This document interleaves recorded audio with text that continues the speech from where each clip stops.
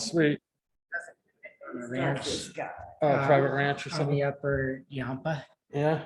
and we were just like catching 20-inch fish all Oh, day. that's a It nice was one. awesome. Well, they must stock it, huh? They might, yeah, or they might have at one point. I'll show you what I did. Hey Tracy, can you hear me okay? I have this, Cut those the Elroy windows, resolution for the Brown. bank account. I Oh, need for you to sign it, then I'll have to send it to Linda. Fish. those to get fish, her was it signature. awesome? It was. And I'll come by tomorrow morning. Does that work?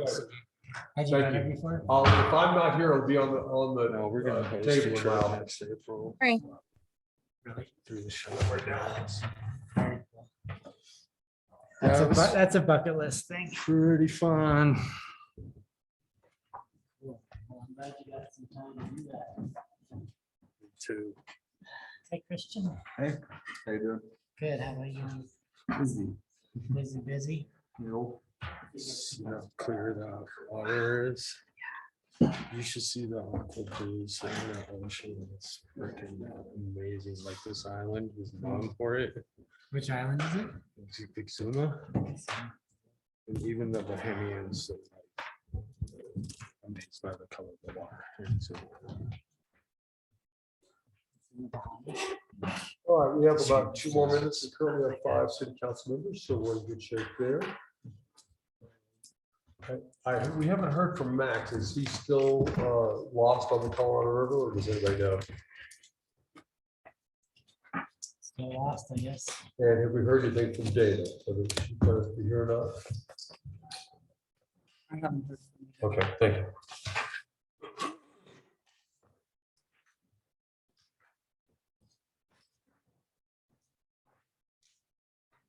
There's Max. He made it out. Made it. He chose to return. I chose to return. It's absolutely fantastic. Imagine the blind ratio that takes place. Canyon raft trip. Yeah. It is. Lori. Okay, we're gonna survive. Yeah, I went to Stringtown for a couple weeks. Orange. Thank you. Actually, it was just kind of like a mountain bike tour. Yeah, Anything. No, I went somewhere sunny. perfect. Thank you. So, I went somewhere sunny. like Leadville today. Well, last week was rough, Yeah. very cold. Yeah, super windy. Glad I Just- missed Other than that, it was almost perfect. Very good. time to leave.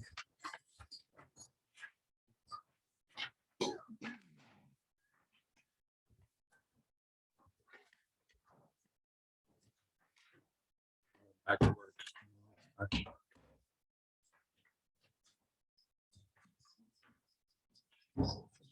Nice to see you.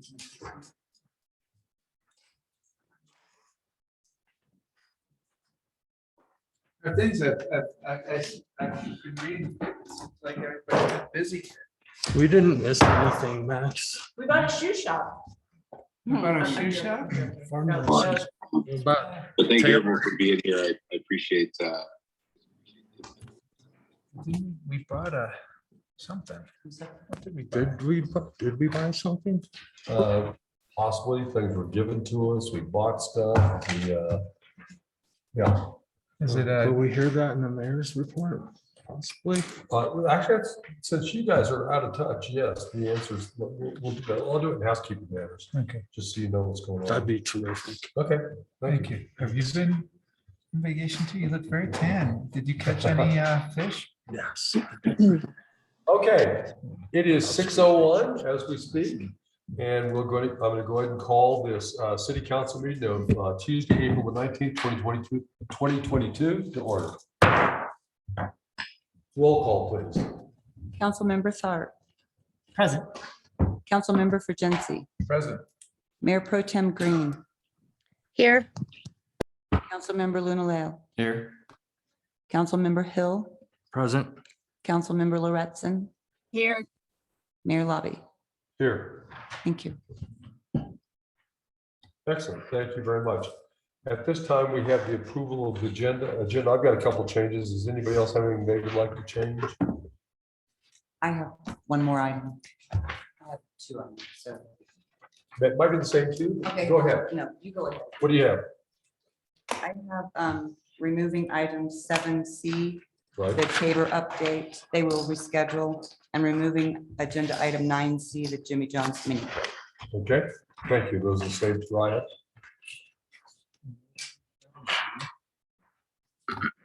7C and 9C. Okay. 7C and 9C, yeah. Yes. Yeah, I'll talk about 9C maybe in housekeeping matters. Thank you. So if there are no other changes, I would entertain a motion with those changes, please. Who moves to approve the agenda? Jensen seconds. Any other discussion? All in favor, please say aye. Aye. Aye. Any opposed? aye. Any abstentions? Thank you. All were in favor.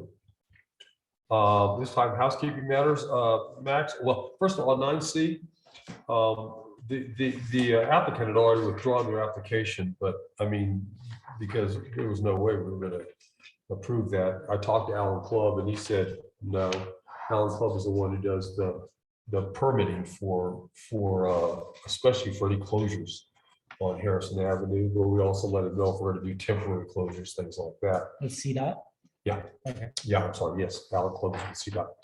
And so they've withdrawn that. They're still going to have an event on private property in town, but there'll be no street closures. So we still get free Jimmy John's? Apparently, they Yes, were you down do. there a while ago. Oh, It was, good. yeah, You it was stop on my by? way back. Yeah. Not yet. Okay, what's that? It was, I saw the trailer there Oh, when I yeah, came back, so it's already here.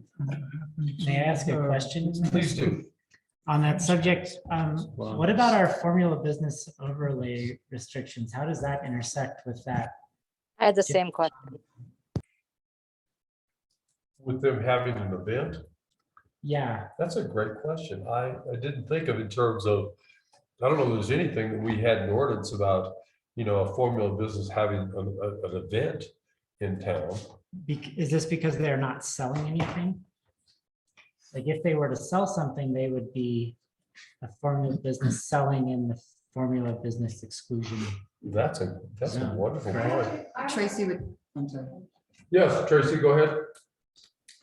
I have the same question as Cisco and Dana, and it seems that to me, they're a formula business, whether they're giving it away or selling it. I would have never agreed to allow them for the permit that they were attempting to get approved. Okay. It violates the spirit of the law, if not some direct intent.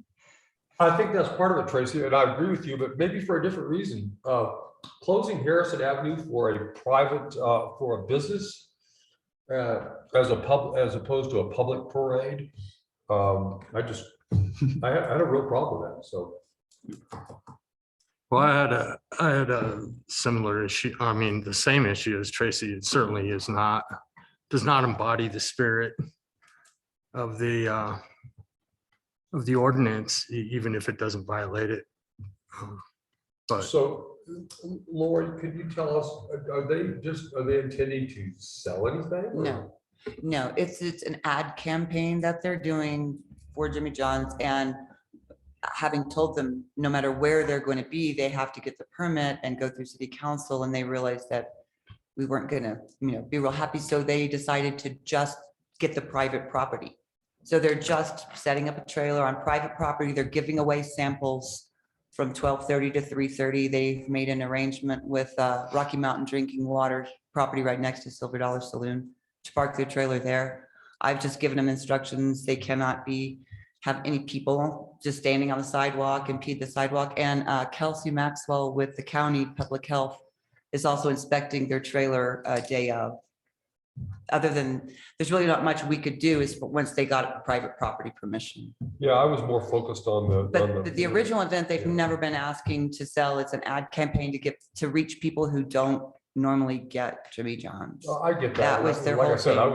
was kind of focused on the temporary use permit, but to Tracy's point, it really does, even them being down in our overlay district and even doing advertising or giving stuff away seems to kind of violate the spirit of what we're trying to accomplish.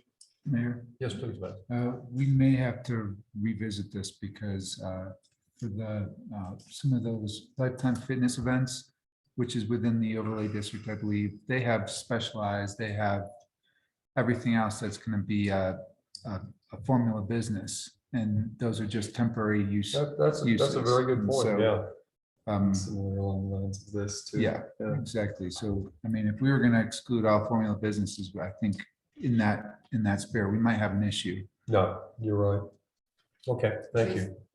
I addressed Yeah. that to Max's point. Lifetime Fitness is grandfathered in. We don't even have a Jimmy John's in Leadville. They're over in Silverthorne or Dillon or someplace, so. Right, but that's their point, the point is to reach people who don't have a Jimmy John's. They don't want to bring one here. A little weird, actually, but But why would we accommodate them if they don't even care about opening a shop in Leadville? I don't get it. Why are they using us, but they're not giving back anything? So I don't get it. I agree 100%. Okay. Well, we'll do a little checking tomorrow. Don't know where we go with this exactly, whether or not we have the right to deny them the ability to give out sandwiches in downtown or not. But we need to make a call tomorrow. Thank you. Okay, so Max and Tim were kind of curious about what may have happened when they blinked. And one is that we were gifted or deeded the house with the eye from Neil Reynolds Estate. And actually, we're going to be doing a walk through the house with the eye. I've tried to put together a punch list tomorrow of action items to try and get ahead of being ready for Memorial Day and opening it as a museum. The other thing is the city has made an offer and is under contract to buy a house in Leadville on Spruce Street. It's a 5-bedroom, 5.5 bath house for workforce housing.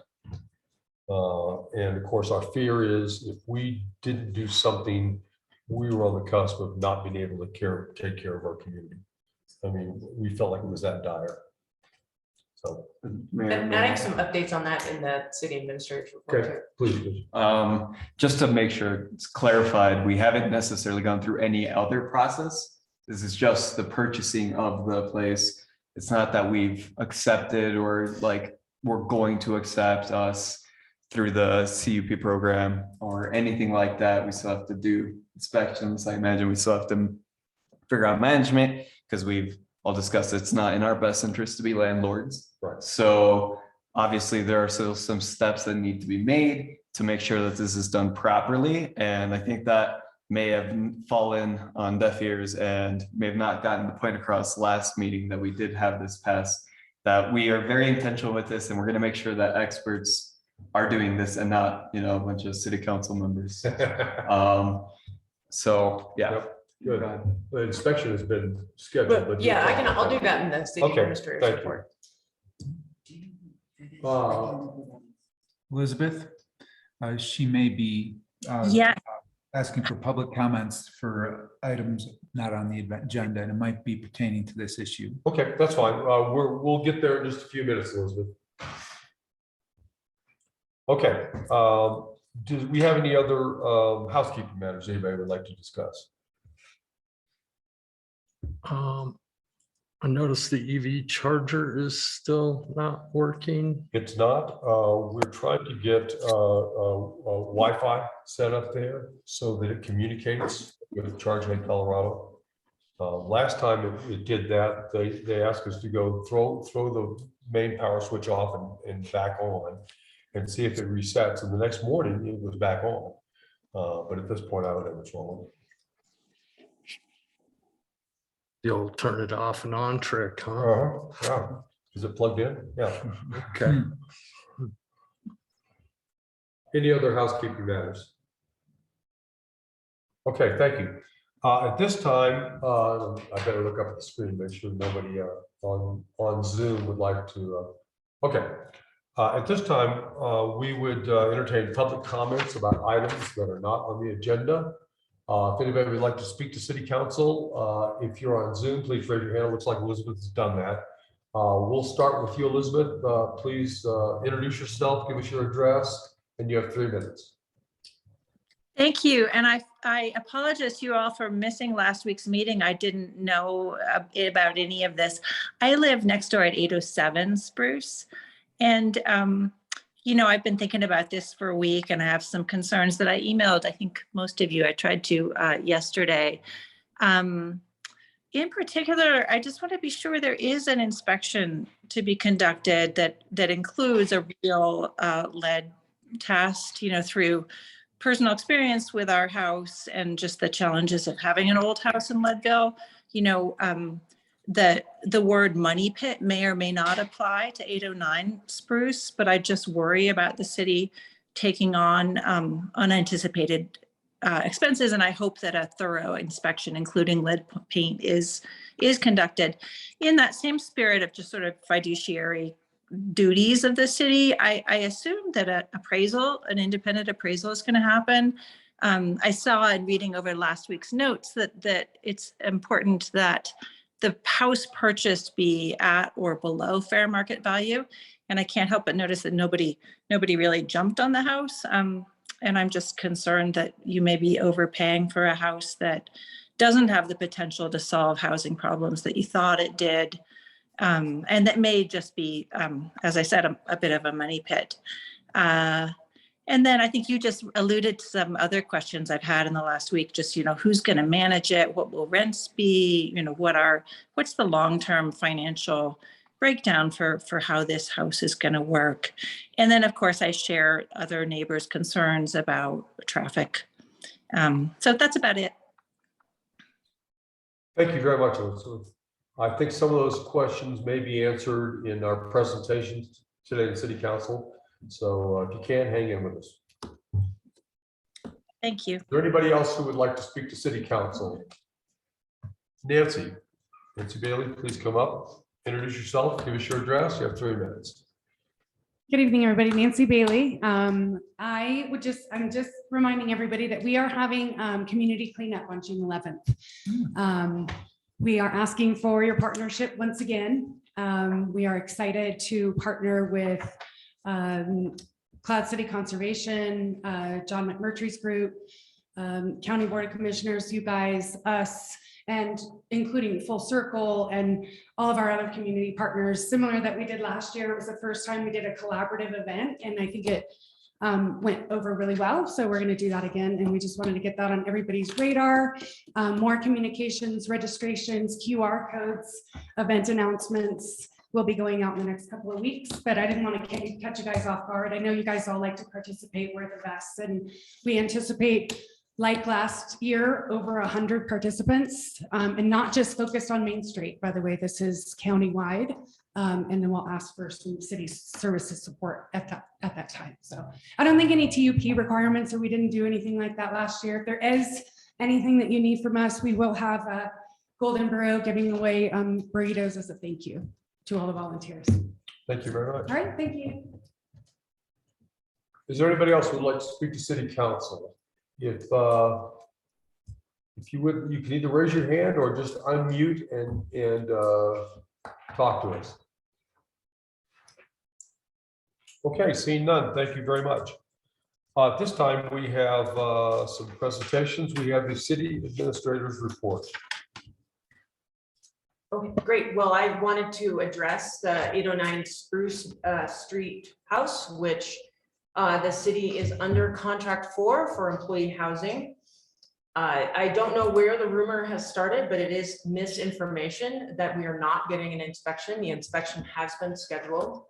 And we have an inspection deadline, objection deadline of next week, so we will be notified if there are any issues, and we will be able to, address them at either getting out of the contract or asking the seller to address them. We have gotten the title report and we're reviewing that right now.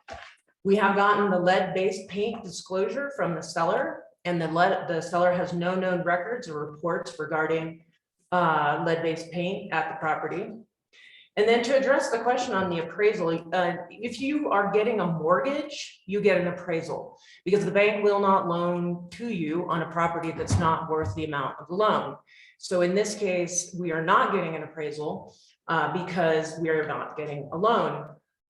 What I wanted to bring up is that the cost of the house per square foot is significantly less than what any other single family homes are going for in the in our neighborhood. So right now, single family homes are going for about 350 minimum per square foot to 450 minimum per square foot. And this was in my staff report from last week, but I'll give you the data for this house. We're looking at, I think, what did we say? About $263.42 per square foot. So that is substantially below what's going on in our market right now.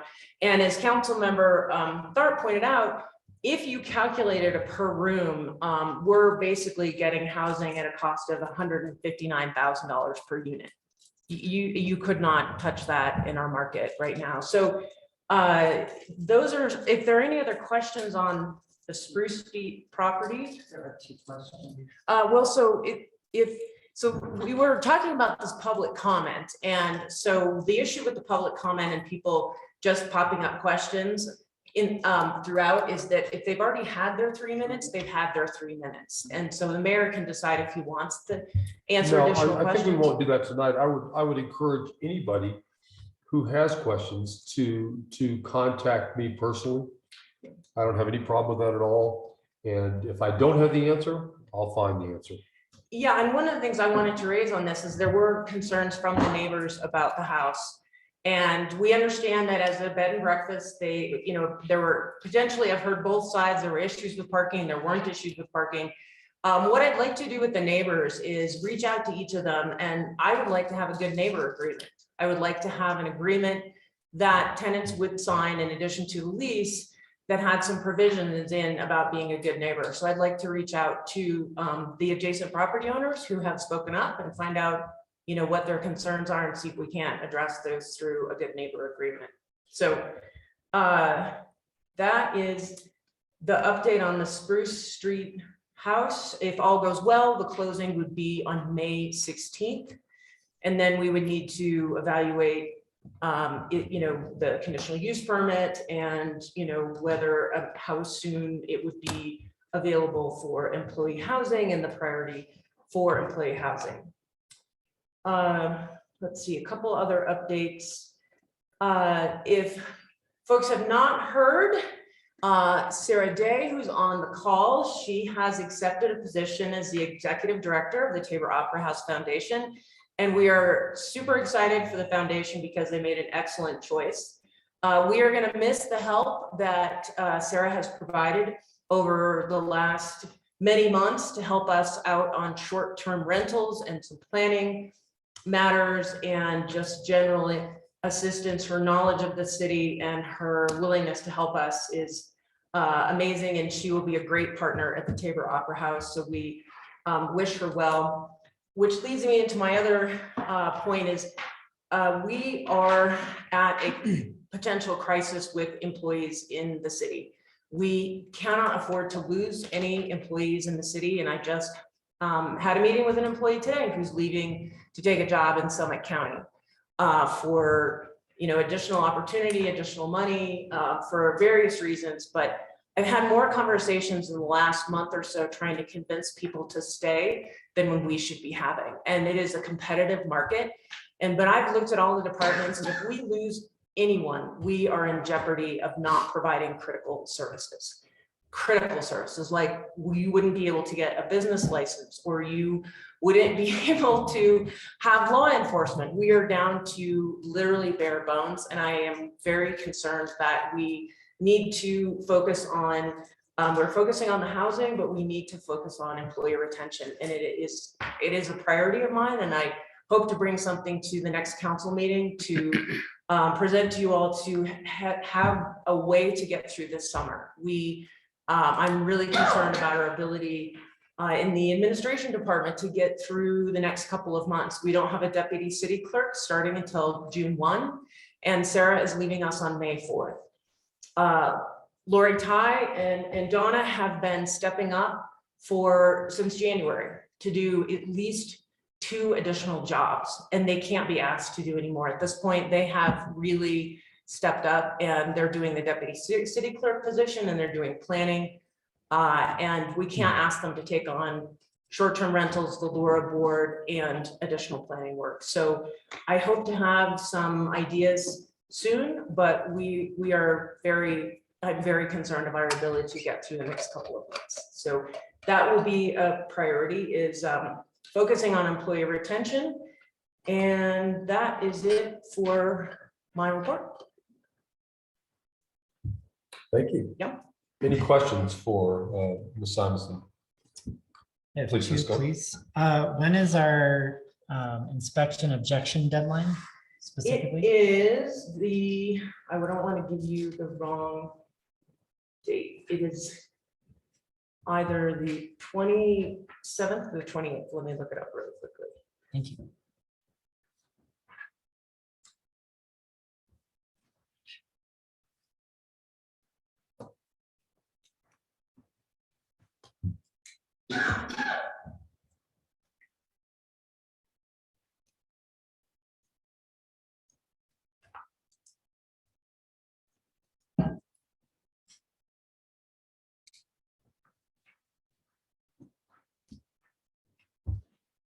The Wednesday, the 27th, so next Wednesday. Thank you. And to your knowledge, does the inspection include a lead check, lead paint check? They do. The inspector does not include a lead-based paint, but as I explained, we do have a disclosure. So by state law, every seller is required to provide a lead-based paint disclosure. And so if the seller had any seller who sells to anyone else needs to provide that disclosure. So if there were any documents indicating that, and generally, I think if the paint we can look as well. If the paint isn't chipping and it's newer, then there isn't as much of a concern. It's that the lead in the paint is a concern because it's sweet, and so they found that kids will actually, if there's chipping paint, it is like sweet, and so they will try and ingest it. And so the concern is that you don't want to have any chipping paint. It was one of my favorite desserts growing up. Explains a lot.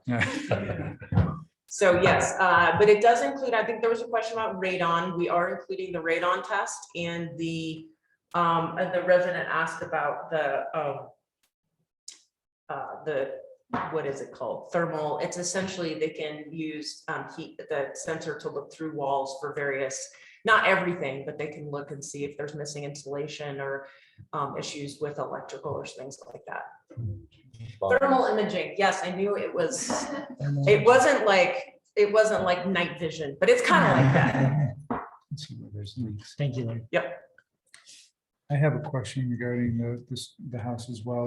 Was it the intent behind it for city employee housing or employee housing? So I provided a potential, that would be your decision, but I provided a potential matrix with the staff report at the last meeting that indicated, and it's just a draft, so you could decide, but it was essentially the matrix would be like full-time current city employees. And then it would be, part-time current city employees. And then it would be city employees who've accepted been offered and accepted a job offer full-time, and then part-time. And then if you went through that matrix and you didn't have a city employee who qualified, you could look to county employees, or you could look to other, entities within town. And then my last category was people who work in Leadville, but don't have housing here. And it would be your choice how you would want to prioritize it. But initially, yeah, the thinking was it's city money, so it would be great if we could prioritize. But it doesn't make sense to leave it vacant if for whatever reason, a period of time, we didn't have a city employee, but there was some other employee in town who needed housing.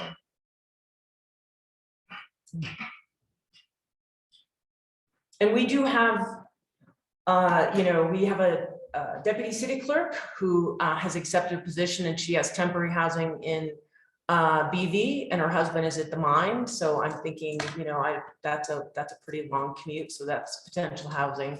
There you have on your agenda tonight the creation of a planning director, community development director position. We have people in the city who may need, current employees who may need housing. So I really think there's a need right now. And we will be, we will be making that choice specifically on the matrix eventually, correct? Yes, absolutely. And we need to create an administrative policy as well about other parameters or any other provisions, like I said, the good neighbor agreement, that type of thing. And a management agreement of some sort. Any other questions from Ms. Thompson? Tracy, Dana, anything? Okay, thank you. At this time, we have a request from Main Street for music in the park. Ms. Bailey.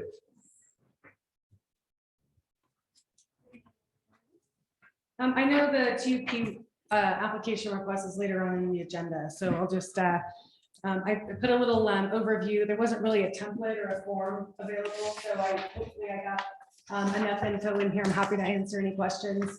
I do want to preface, before I kind of talk about what our plan is during our strategic planning session this year, it's a big part of our transformation strategy really is to focus on our local community, as well as historic preservation, promotion, economic vitality, and organization, which is the 4-point approach of the Main Street America program.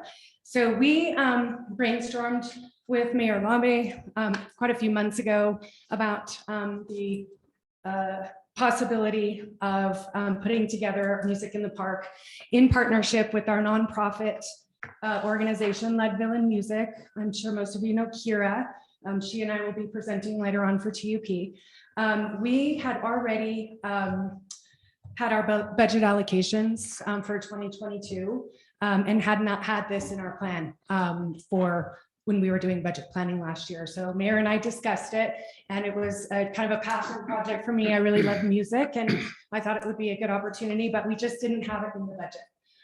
It's something that we can make as part of our priorities and goals and strategic plan for next year, but just to get it launched, we're requesting $3,000, $1,000 per event, which, and Kira can go over, the breakdown of what that covers. It covers music, production, and then Main Street would be responsible for organizing the rest. So beer garden, going through the proper protocols for alcohol permitting and barriers and all that good stuff, which is in the map in the TUP.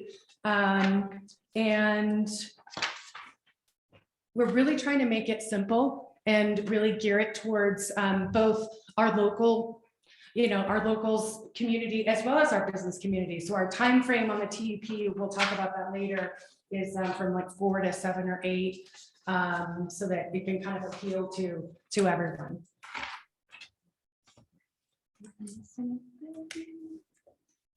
Yeah, I think that's about it. Thank you, Ms. Bailey. Any questions from City Council? Yeah, I have a few. So you do have co-marketing. Sorry, Tracy. You do have co-marketing the event as part of the agenda. Is this like a very intentionally already thought out like marketing plan that you'll have for the events? Yes. Cool. Yes. The other question I had is this focused around just the English speaking community? No, it's not. Okay. And Kira can speak to that a little bit when it comes to the band selection. I believe that she has, I'm not for sure, so we'll let her, but thank you for keeping us accountable, Christian. I think that's really important. We will have all of our flyers and collateral and marketing translated into Spanish as well. And if there's anything else you see that we're missing that we can do better, please let us know. So Christian, Kira is on the Zoom if you want to ask her that question. Yeah, Kira, so could you talk a little bit more about the bands, I guess, and how inclusive that would look like? Yeah, thanks for asking. So I don't have everyone contracted or scheduled yet. And what I've done preemptively is met with a musician that plays in several local bands to see how we could, who our local artists are right now. You know, there's a lot of movement in Leadville with music and during COVID. So what the possibilities are. So I've had a meeting like that, and I have recordings, and you know, there's some new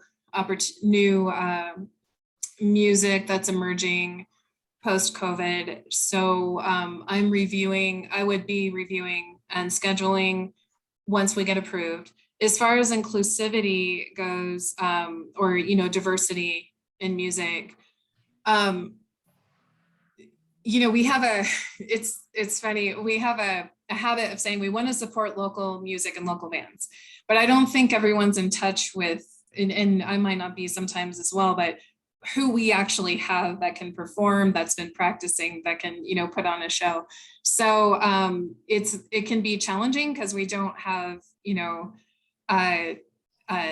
we're still, that's what we're here for, is to help build the scene, and we're still building it. So what I would do, I don't have a Latin band handy. But what we would do as far as diversity goes is really think about, you know, tunes we're playing. So we can ask for Latin beats, we can ask for Latin tunes. We can also translate our marketing and our announcements into Spanish, you know, to be Spanish and English. And, you know, diversity to me also looks like blues and soul music and reggae, and, you know, I'm really passionate about all kinds of music, you know, as well as a good old fashioned jam band that people can boogie down to. Thank you. So I think we're going to have some good choices. I also, but I have some ideas, so I don't know if you want to hear specific bands, but no one is scheduled yet. And then on the other side of that, I wanted to leave enough in the budget to get on the third night. So we've got 3 nights proposed. So July, August, 1 in July, 1 in August, 1 in September. So this would be like a night out for the locals, you know, and anybody else who's in town. On the third show, I think it would be fun to get a band from, you know, like a professional musicians, more of a headliner with collateral and you know, something kind of fresh. And I think between the 3 nights, it could be really, really fun. But I look at it as music in the park. You know, this isn't a major concert production. We don't have, you know, everything, you know, vast amounts of we don't have a stage at the park. And things. So what I've been doing, and as far as track record, is like at the block party, I was able to work with Nancy and get a stage going and a tent and light it up and address sound, and you know, nothing's easy, but I have been doing this since 2020 in the community, and it's been pretty fun. Thank you. Well, Tracy, go ahead. Thank you. I really like the idea. In fact, I like it so much that I'm concerned that Zeitz Park might be a little small venue. Have you considered that? Really good point, Tracy. Thank you for bringing that up. We are having conversations with Mary at the bank to see if it will be a Thursday evening, you know, to see if we can borrow, you know, just and she's on our Main Street board, just so everybody knows. So we did talk a little bit about this during our Main Street board meeting today. But I think that's a good point, partnership with Mary. I know that Kira and I did discuss in length about band locations specifically because of this. In case there was, the surge in our expectation of attendance. Right now, it's hovering around 100. And we had far less than that for the block party. So we're not advertising it as such. We're not advertising it as a concert. This is music in the park for Main Street. This is really grassroots, a very simple, easy way to kind of tell the Main Street story and provide some music. And then I also had just another recommendation is I think it would be neat if since Main Street and the city and HPC are so connected, that maybe there's you have a table and join me, and people are there and we can ask questions about the HPC and, just a meet and greet. It really goes far in our community where people can really make that human connection to our groups. So, yeah. I also, I'm envisioning it almost like an open house because the times that Nancy and I have discussed, not only on a Thursday night, but, because we're doing this outdoors, it'd be like 4 to 7 or 5 to 8. So you're just not going to you're going to get some people that are off work, in the earlier hours. And I'd love to be able to line up like an opening act and then, your main act later. And in our community, we have a pretty good feel for like the type of crowd that some of our, we don't have that many bands. So we have a pretty good feel, and I've been observing and showing up at events and seeing the type of crowd that they pull. So I think it's going to be pretty well dispersed. And it's, it's outside. So I really feel like you'll get people kind of coming and going. And none of the bands are, I would say they're all really tame. Okay, thank you, Kira. Anybody else? Dana, you have anything?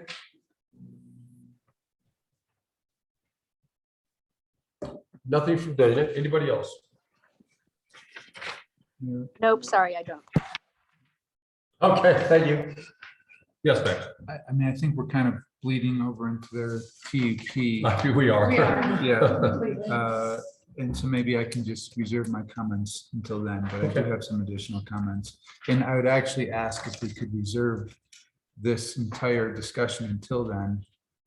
Because I have more questions to be fully informed before saying yes or no, or the answer is yes, we will do that. I think comment?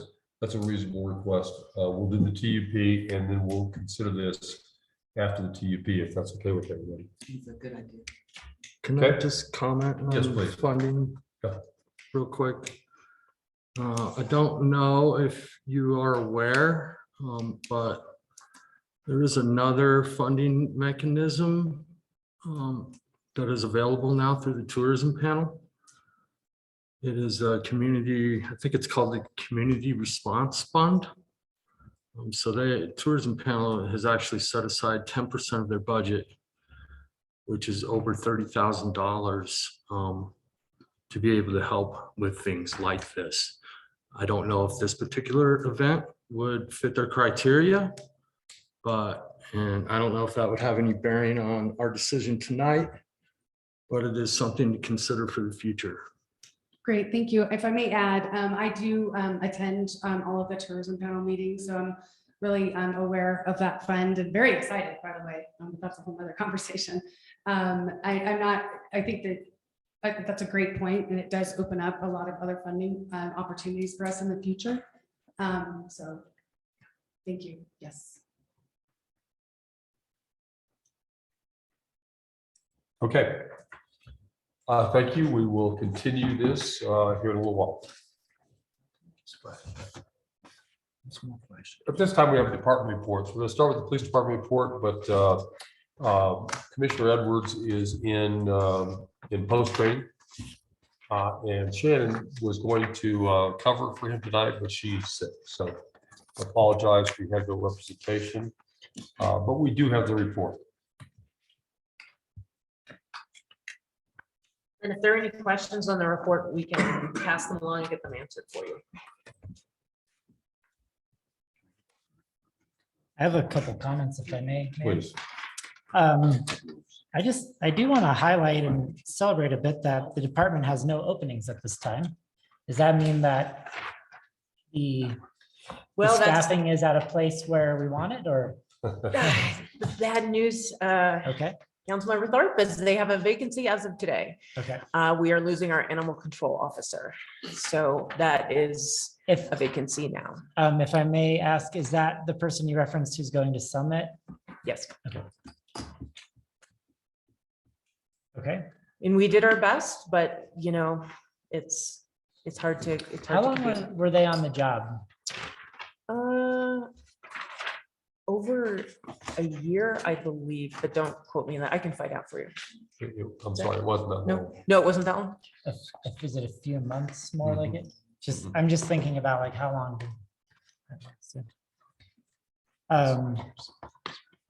And then I perceived that skiing was really well managed, and I saw the community service officers out and about.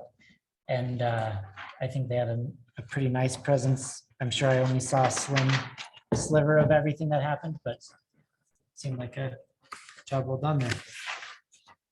I would say to your point, what Commissioner Edwards has done is he's hired people in preparation for them going to the academy, so they become CSOs, and some of these people are going to the academy in May, have committed to the job, but haven't been actually hired yet, is my understanding. But yes, the answer is up until Megan decided to go back to Suffolk County. It surprised me incidentally because her husband works at Climax and they live here in Leadville. So we assume if we can get someone to come over here from Suffolk County and they don't have to make that trip, that's really a real positive life, quality of life issue for them. But in this case, it didn't work. And the issue with the police department is fully staffed is there may not be vacant positions, but there are applicants going to the academy. There's applicants that will graduate from the academy in May, and then they need field training. So they'll not be fully able to do everything until they've completed their field training. And then in May, we have 2 other applicants going to the academy. They need to pass the academy and graduate, and then they'll need their field training. So I think what the issue is that right now we have, you know, I think 1.5 law enforcement officers. And there is a concern we might lose one of them. Thank you. Any other thoughts or questions about the police department report?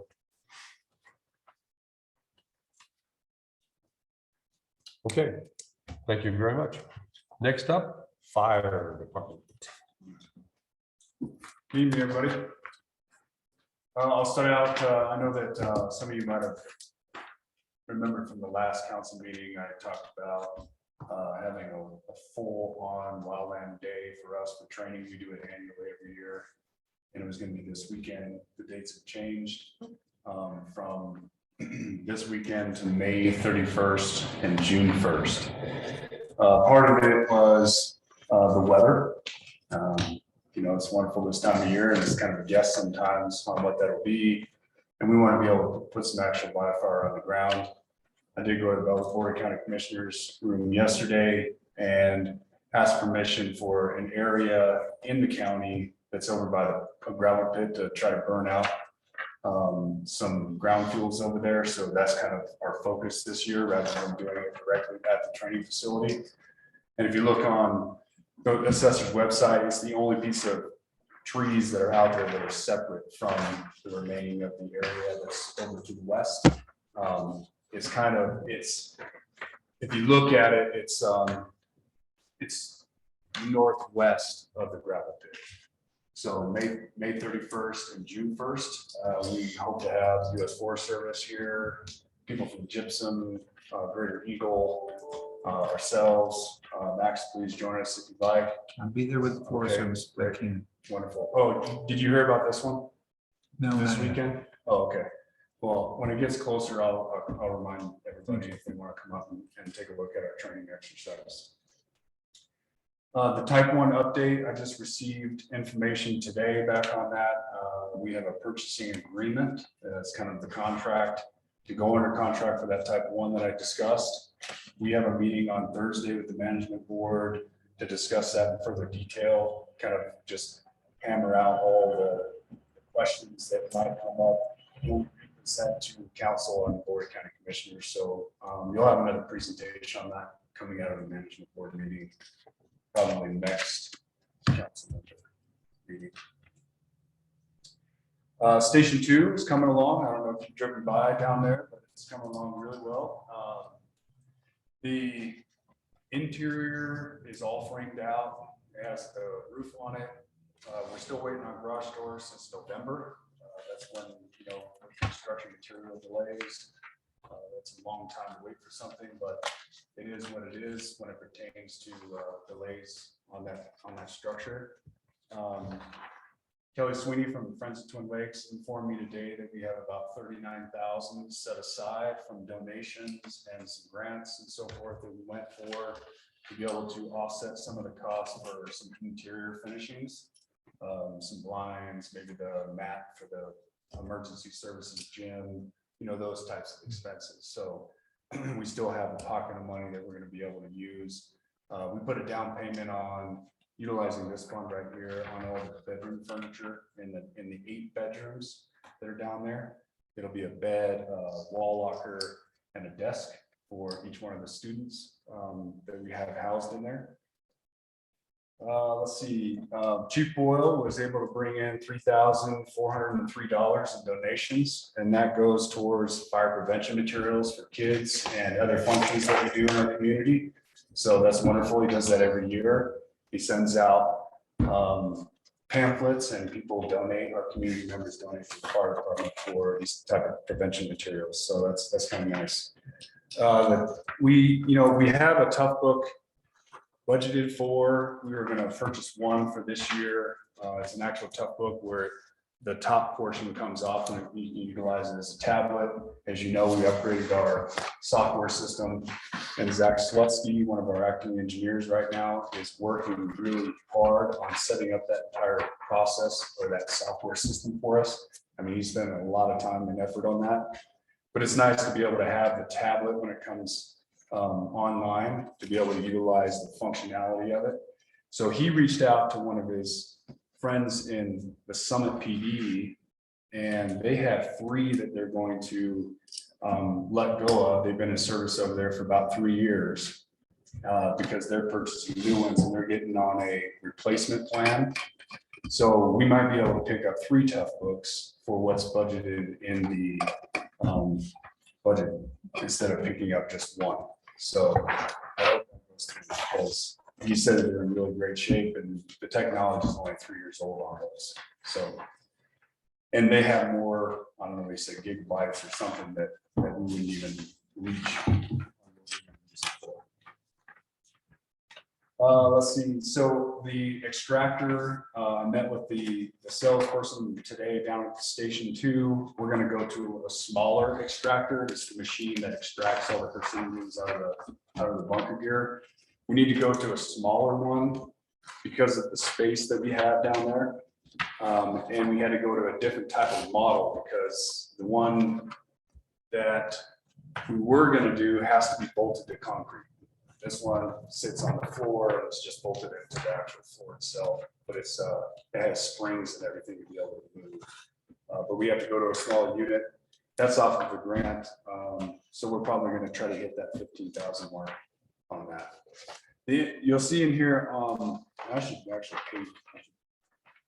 put some page numbers on this, but under the internship reserve staffing, I haven't put any numbers in there, not last month or this month, because we're kind of rescheduling everything, putting people on the appropriate shifts, and then I'll start filling in these and capturing these statistics on who fills the 5th seat, the 4th seat, the 6th seat, whether somebody fills in as an acting engineer, if we train them up high enough to be able to put them in the engineer's position at some point. So I I will get those statistics. It's just that we're not doing it right now. It's just like our programs, we're kind of revamping the organization right now from the ground up. And that's, I've given directive to Chief McCann to be able to take on that task because it's been a long time. It's been at least, well, it's been a decade. So I think it's time. Other than that, I don't think I have anything unless you have any questions for me. Any questions for Chief Daly? Please. Just go. Thanks, Chief. How is housing affecting your department? Good question. Really great question. I'll give you a couple of answers on that. One, I've talked it over with my officers and most of them are looking at somewhere about 5 hours away. Looking to live somewhere 5 hours away? Yeah, somewhere like over in Clifton or down in the valley area to try to figure out some affordable housing. So that would put Glenwood Canyon between them and us, right? Yes, it would. Yes, And Glenwood Canyon likes to close a lot these it days. sure does. Yeah, we are, it's not an actual, I mean, it's a concern now, but I see that it's going to get worse as they get more established in the organization. Because when you live 5 hours away, regardless, because we work 48 96s and they only have to do that travel ever so often, like 5 days a month. Actually, it's 10 back and forth. It'll wear on you. And eventually they'll just look to go elsewhere because nobody wants to do a 5 hour commute. And the other unique, the fire department is in a unique position because they actually, out of the generosity of a resident, they actually do rent rooms from a resident in town. So they, where other departments don't currently have that arrangement, but they're already getting local housing from the resident in town. The residents, that's the resident program, as you all know. It's the college students basically that are getting that. Oh, And then that's why we have 9 bedrooms out there. One's gonna be an office, but there's 8 bedrooms, 2 for ambulance personnel and 6 for residents who join our program and get an associate's degree, technical training, meal stipend, all that kind of stuff to be able to supplement our staffing. Without that, we would continue to spend 30 to 40,000 out of the budget annually for housing for that program. But now we're gonna have a Station 2 to offset that cost. interesting. Thank you. Any other questions for Chief Daly? I have one. What's the latest on delivery date for the type 3? Type 3, they said August, September. It's the last I heard. Yeah. They So we went out there for the type 1. Right, They right. said that the chassis hasn't arrived yet. But For as the soon as type it does- 3? Yeah, it has not. But it's supposed to arrive next month, May, Okay. and then we're in the production line on the schedule. Okay. So Do they have all the chips they need? I certainly hope so. Okay. I certainly hope so. Thank you. Yeah. Any other questions for Chief Daly? Yeah, I have one on the similar note of Cisco. You have had, at least I know of one person who has been commuting these long distances for a very long time now. Does it seem to be really wearing on them at this point, or? It does. And here's the greater issue Mm. is that when our call volume is getting more and more with the growth that we're experiencing, right? So with a one person engine company, and our statistics are 66% where emergencies are on top of one another, right? So emergencies happening at the same time, anywhere from 2 to 5 emergencies going on at the same time. What happens is that one engine company goes to one emergency and then another emergency comes out, right? If everybody else lives elsewhere, I have no backfill in order to be able to take care of that second emergency. Now, with the residency program, Station 2, et cetera, that takes some of the relief off, but not to its entirety. there's gonna be it's gonna be really problematic because we're gonna have those secondary emergencies and nobody's gonna respond to them. Because people aren't here, because we do a priority one station coverage.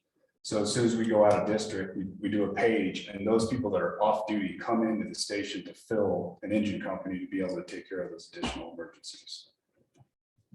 In a case like that, to what degree is Station 2 helpful once it's operational and you have some capacity at Station 2? Yes, so since we have the fourth person now on the engine company, and it's an experienced person, and we'll have 2 residents, so we'll have 6 people on. Now we can split the 4 and 2. Like we can put an inexperienced person on at this station and take an experienced person and put them down at that station. And now this primary engine company takes care of the first emergency, and then that one takes care of the second and third and fourth or whatever. It's going to be a juggling. Yeah, It's going to be very creative. I was going way to say, take it care of sounds like a staffing. scheduling challenge. Yes, it will. Okay. be. All right, thank you. That's Dave's. Going to be Dave's. Okay. Any other questions for Chief Daly? Thank you, Chief Daly. Thank you. Next up, we have the street department. Good afternoon. Can you guys hear me? Yes.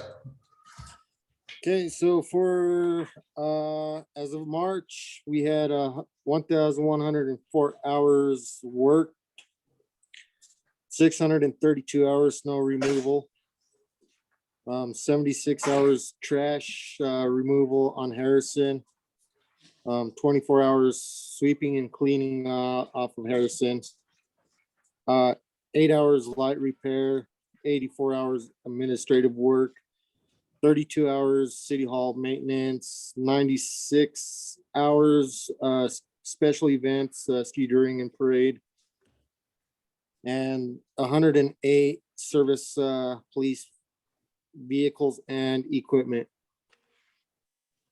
As far as March work hours are. Tyler did get his new lift today, which they've been installing. They installed all day today. Next, I got electricians coming in to wire up the lift. So it should be done by next Monday.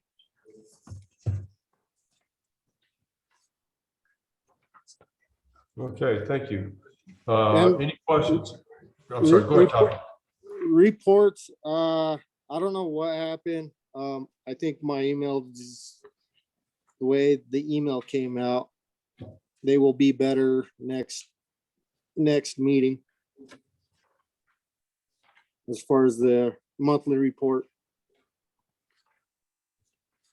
Okay, I noticed you guys were doing some patching, cold patch today. Yeah. Where all are you patching right now? So we started off of East 12th, worked our way down across from East 12th to East 2nd. I need to order a new patch, which will not be till Friday. So they're in the process of making new cold patch. So I'll be having more cold patch coming in Friday. So you guys already used a whole load of cold patch? We used 9 tons. When I called to get patched, they said that they had 14 tons. And when Tyler and Marvin showed up, they only had 9 tons at the time. So now, I'm first on the list, so I'll be able to get the 14 tons this Friday. Okay, thank you. Tracy, yes, please. That's actually my question was, there are some major potholes out there, but so you're just kind of working your way east side to west side. Yeah, I've been paying attention to most of the bigger holes, because that's where it's taking a lot of our cold patch. And, it's ruining people's front ends and stuff. So I'm trying to take care of that before we get more, complaints and stuff like that. So, I know next Monday, we'll be working all week patching. I just want to get the bigger holes, then, move to the. I just want to get that's needs to be done. So. Any other questions for Tommy? Cisco. Thank you, Mayor. Tommy, I just want to say thanks and commend you. About a month ago, maybe I mentioned a large pothole on Harrison on the hill there, and within 2 days it was fixed. So nice job. That I just appreciate the timeliness and quality of work there.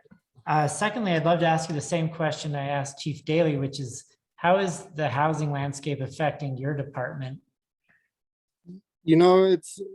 I've had people apply, but they're out of Colorado Springs. They can't find anybody up here. Dan, he introduced me to Fritz. So I got a meeting with Fritz and the street department tomorrow morning and see, he wants to be hired on, but I kind of want my guys to meet him before, we say so, or, so, I'm going to talk to Fritz in the morning. So hopefully he's local and hopefully we can make that work. Give us a little background, maybe Dan, about the functionality of Fritz and Wildland. Yeah, Tommy, you want me to take this? Yes, sir. Because a little bit more. I'll be meeting with him in the morning for him to explain himself to my crew and the guys and myself. Okay, I'm glad to hear that you guys are gonna meet. So Fritz has been on our Wildland Fire team for about 3 years now, and he's almost the engine boss status. So he currently works over in Vale, and he's been working, I think Vale Road and Bridge or something over there for the past 10 years. And he came to me and talked about could he work here locally, work for one of our agencies, but then still go out on wildland deployment during the summer with the fire department. So if we can make that work, where he can work for the street department during the summer and then or during the winter, but then obviously work for the street department during the summer when he's not on deployment, but then have the opportunity to still deploy to make up some of the salary loss that he would get, obviously from working over at Vale versus here, and also still have, get a little bit more quality of life of having to travel over to Vale and back all the time. He is open to the idea of that if we can make that work for him. And then we'll capture somebody here locally. Like Tommy was saying, we had a good meeting about it. Tommy's good. He's going to introduce him to his crew. I don't think there's going to be an issue. Fritz is a great guy. And we'll see how that all pans out. Cool. Creative solution. Yeah. We hope so. Nice. Yeah, that would be great. And then streets department would be fully staffed, Wow, cool. right? Because they just have one. They have Tony, you one- just have one vacancy right now, right? Yeah. Okay. Okay. Any other questions, Christian? Looks like you had something. Anybody? Thank you, Tommy. You're welcome. Okay, next up, we have the animal shelter. Caitlin. Hey, everyone. So for March, I'm gonna skip over our current animals because that has changed in the past few days, but shelter news, as mentioned last time, we did get the $1,000 grant for microchips, so waiting for that check to come in. We were also awarded with a free annual membership for AWAC by the Animal Assistance Foundation. So it's up to 5 staff members, so it's $100 value for a year. And the AWAC is a statewide organization that focuses on issues that affect animals in communities and Colorado. So it's for welfare. I know animal control officers are also involved in the AWAC. We did fill the kennel tech position. So we're still working for assistant manager, but we do have people that we're narrowing it down. So I have 2 candidates for that. And then with current shelter news, we had the 3 applicants. We had 1 no-show for today, so down to 2. And for our quick March stats, which you can see in the graph or the spreadsheet below, but we had 5 adoptions, 3 surrenders, 1 transfer in from Park County. So for that transfer, it was a dog named Boone, who's now adopted, named Rocco. And they were gonna surrender him here. The lady was living in her vehicle, but had a doctor's appointment or something over in Park County and left him at Park County Animal Control. They're a small facility with, I think, like 4x4 concrete runs, so not really ideal for long-term housing. So we contacted them and they definitely needed to transfer him out. So we took him back and he has since been adopted. During March, we had 7 city impounds, 13 county impounds. 19 of the 20 were returned to owners. And then back up at the top for our current animals, so that has changed. We did have 2 puppies go home yesterday. So we have 3 puppies currently. 1 will be adopted tomorrow, and we have applicants on the other 2. So we just have to do an application, a meet and greet, and then a puppy orientation. 1 dog is also supposed to go home tomorrow. So Belle, who's the cattle dog. And then we currently have 3 cats. One of those 3 is feral. So we will be looking for a barn home for her. Man, you guys are busy. Yeah, shelters across the nation right now are struggling. Mostly when animals are surrendered to shelters, it's around that teenage year. And so we are seeing that. We're also seeing from COVID, the lack of low-cost spay-neuter clinics that was open. Of course, that's hitting us now because it's that teenage phase for dogs a year or so later. Any questions for the animal shelter? Please. I sound like a broken record here, but I'd love to ask you the same question, Caitlin. If you'd speak to how the housing landscape's affecting your department. Yeah, so we are lucky. It's not really impacting us, thankfully.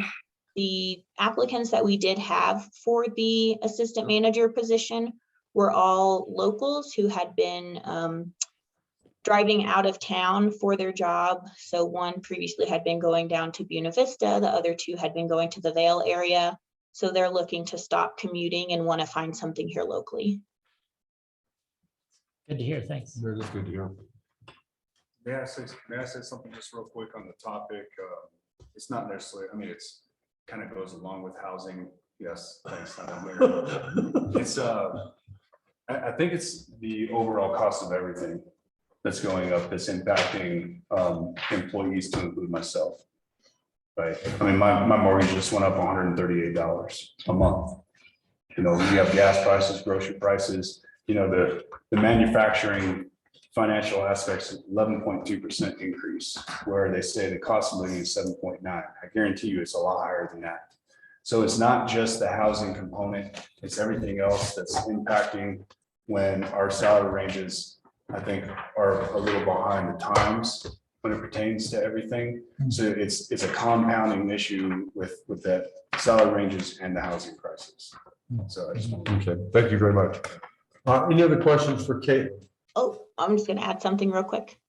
I would add a majority of the animals that we have had surrendered this year and last were due to housing issues. Oh, interesting. Yeah. Caitlin, a quick question. When do you think you'll have an assistant manager on board? Our final interviews are going to be next week.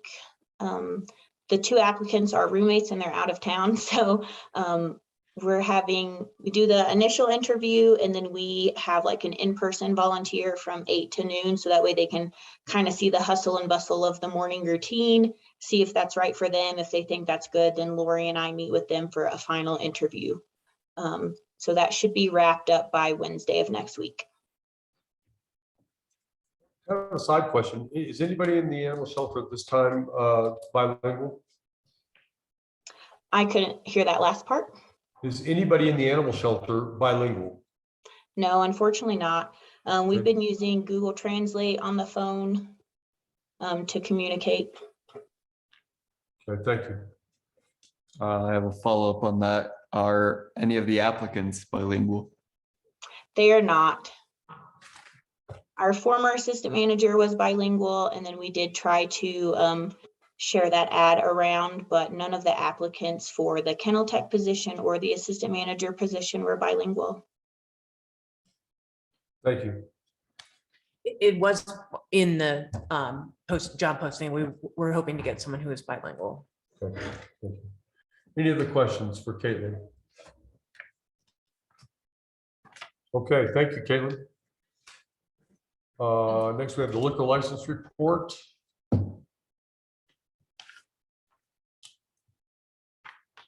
Any comments or thoughts on that?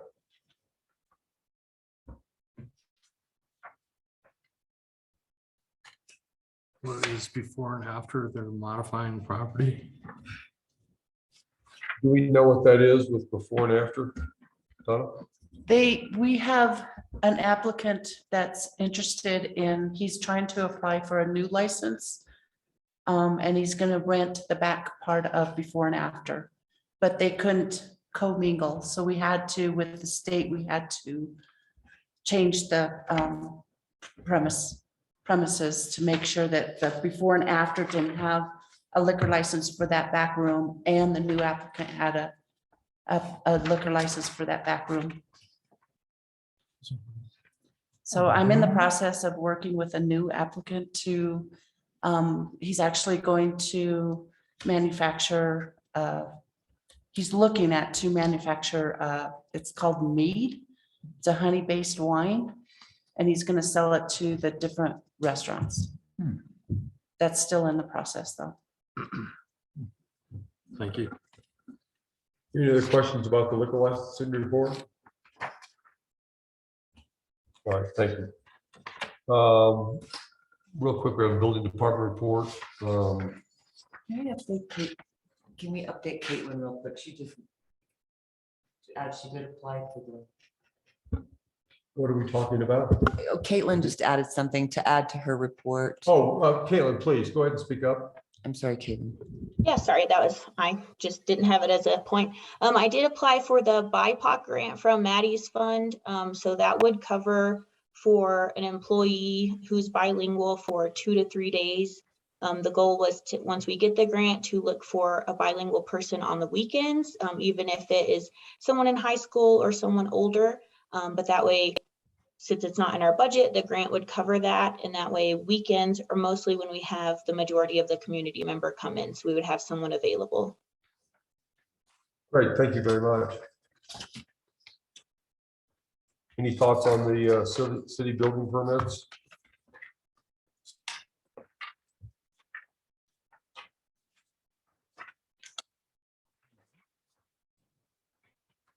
All right, seeing none. Sales tax chart, I think we've all been apprised of that.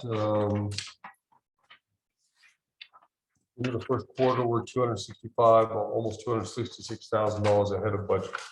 So that's, I say it every time, I keep thinking it'll slow down and it just doesn't do it. So count our blessings and keep on going. Next up, we have the financial report. Donna. So I will start out saying that since the 1st of April, I'm going to say most of my time has been with accommodations tax. That went live on MiniRevs April 1st, and between phone calls and emails and trying to track everything, it's been time consuming. So unfortunately, I don't have a lot to say about the financial statements, but I did briefly look at it. I mean, I'm trying to, obviously I'm doing it accurately by paying bills and payroll and all that stuff, but I'm looking at the reserve, and I'm looking at that 3.3, and I'm thinking, okay, so we have some of the ARP money in there that we could take out, but then we still have money that's due from the Tabor Opera House. So I think that is actually a pretty accurate number to be 3.3, 3.4 in the reserve. Thank you. And then I also want to say that as of yesterday, we have brought in $18,000 in accommodation tax, and 68 people have reported it, so it's going. Let's hope this first pass, we'll get all those, the hassles out of the way, and it will become, far more That's what I hope for, civilized yes, in yes. ensuing reporting. Yes. Okay. And I'd like to thank Donna. This was a task that she took on because voters passed the accommodations tax and there wasn't really any planning of who would take that on. And Donna took it on and has been handling it and handling the phone calls and the questions and the sometimes consternation from people. And I just wanted her to know that I really appreciate that. And Lori Ty as well, because she has been taking on a lot of the duties of the deputy city clerk position as well. And but between the two of them, they have been holding down the fort here pretty much single-handedly. But I did want to really thank Donna about the accommodations tax, because that was something that was big lift for her that wasn't on her plate previously, and her plate was plenty full before. Plus, it didn't roll out as smoothly as we had hoped.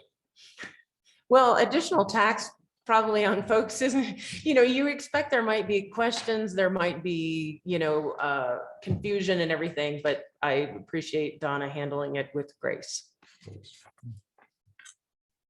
Thank you. Anything else, Donna? I appreciate those comments. Yes, thank you so much. It's been a lot of time, and I'm really trying to answer everybody's questions correctly.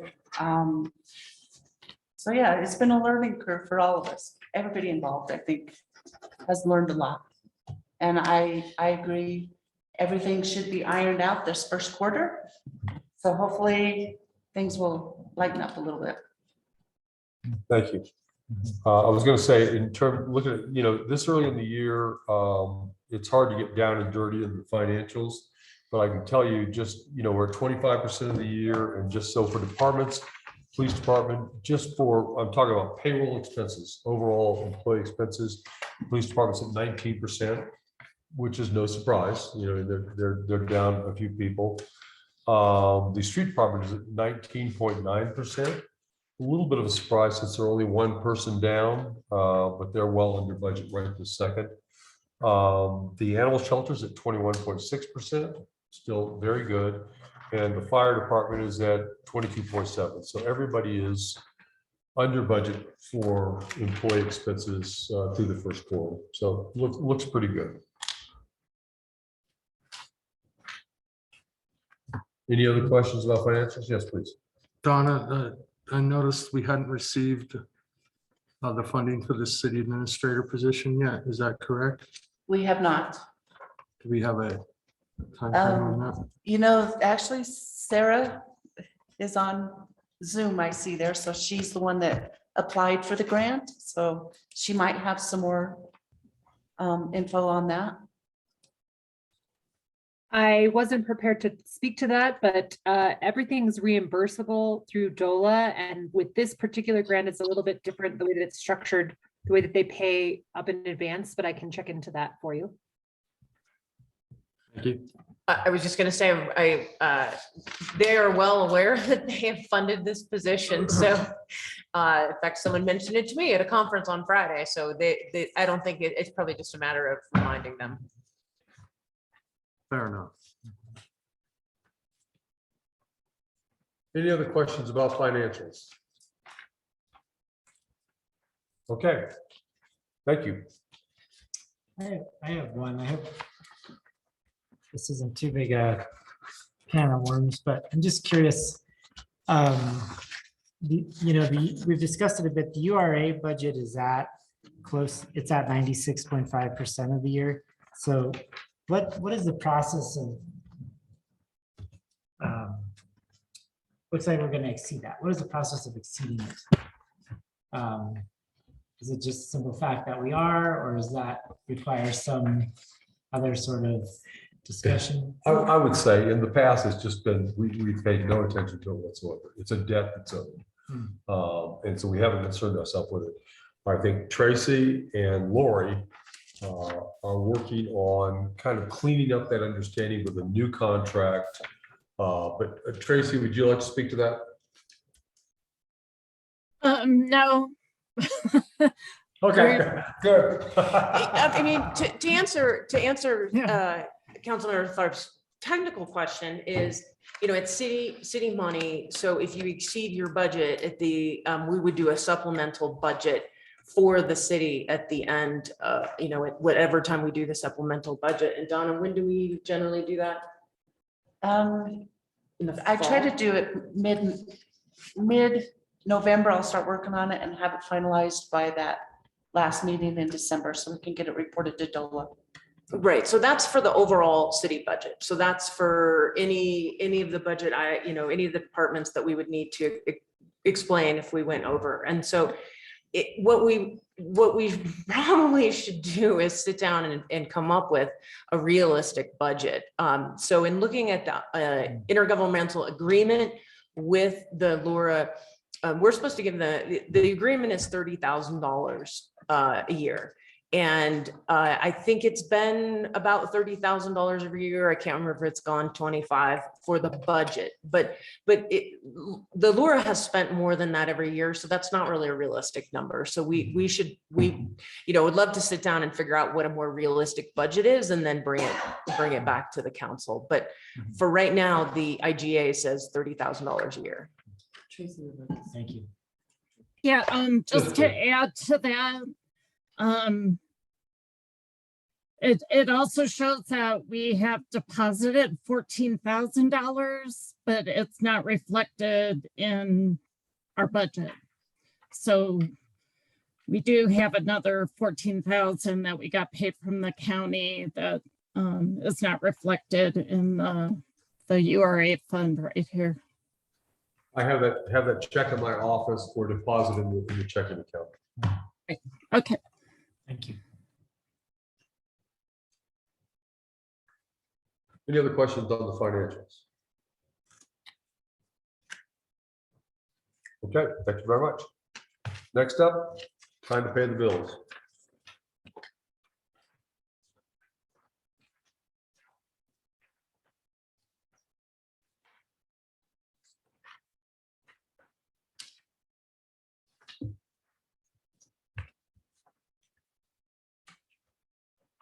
Dan, I do have a question for you on under the fire contract service expenditures.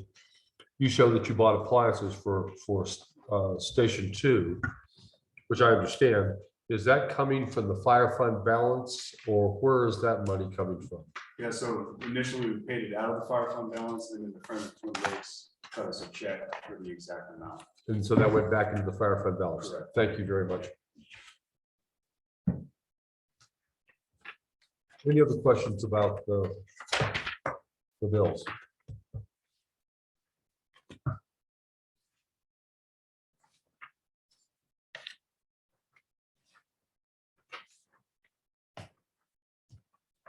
Then I would entertain a motion to pay the bills. Hill moves to pay the bills. Tharp seconds. Any other discussion? All in favor, please say aye. Aye. Any opposed? Any abstentions? Thank you. All were in favor. At this time, we have a temporary use permit for the Firecracker 5K. I'm glad to see him back.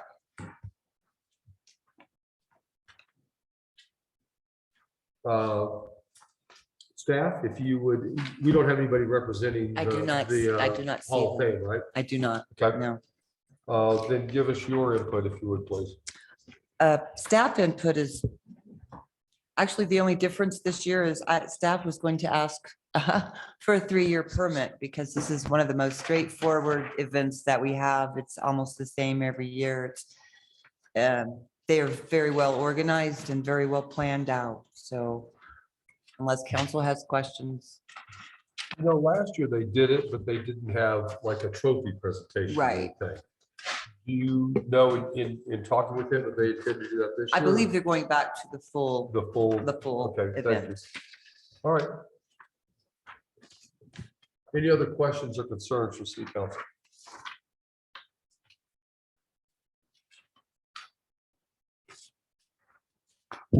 As you know, this is a fundraiser for the Sports Hall of Fame.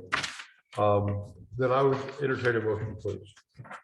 Councilmember Jensen moves to approve the temporary use permit for Sports Hall of Fame's annual firecracker 5K on Monday, July 4, 2021 at 8:30 a.m.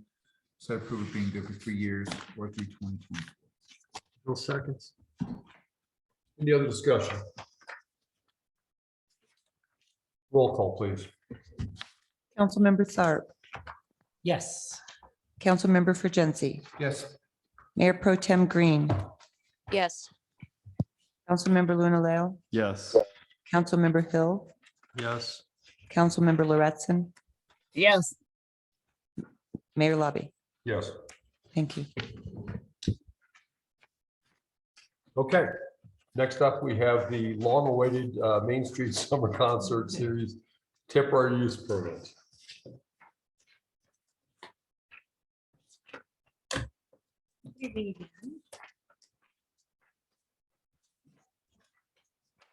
All right, let's pick up where we left off, shall we? Didn't we already discuss? I'm like, I don't know where to start. Just a quick overview.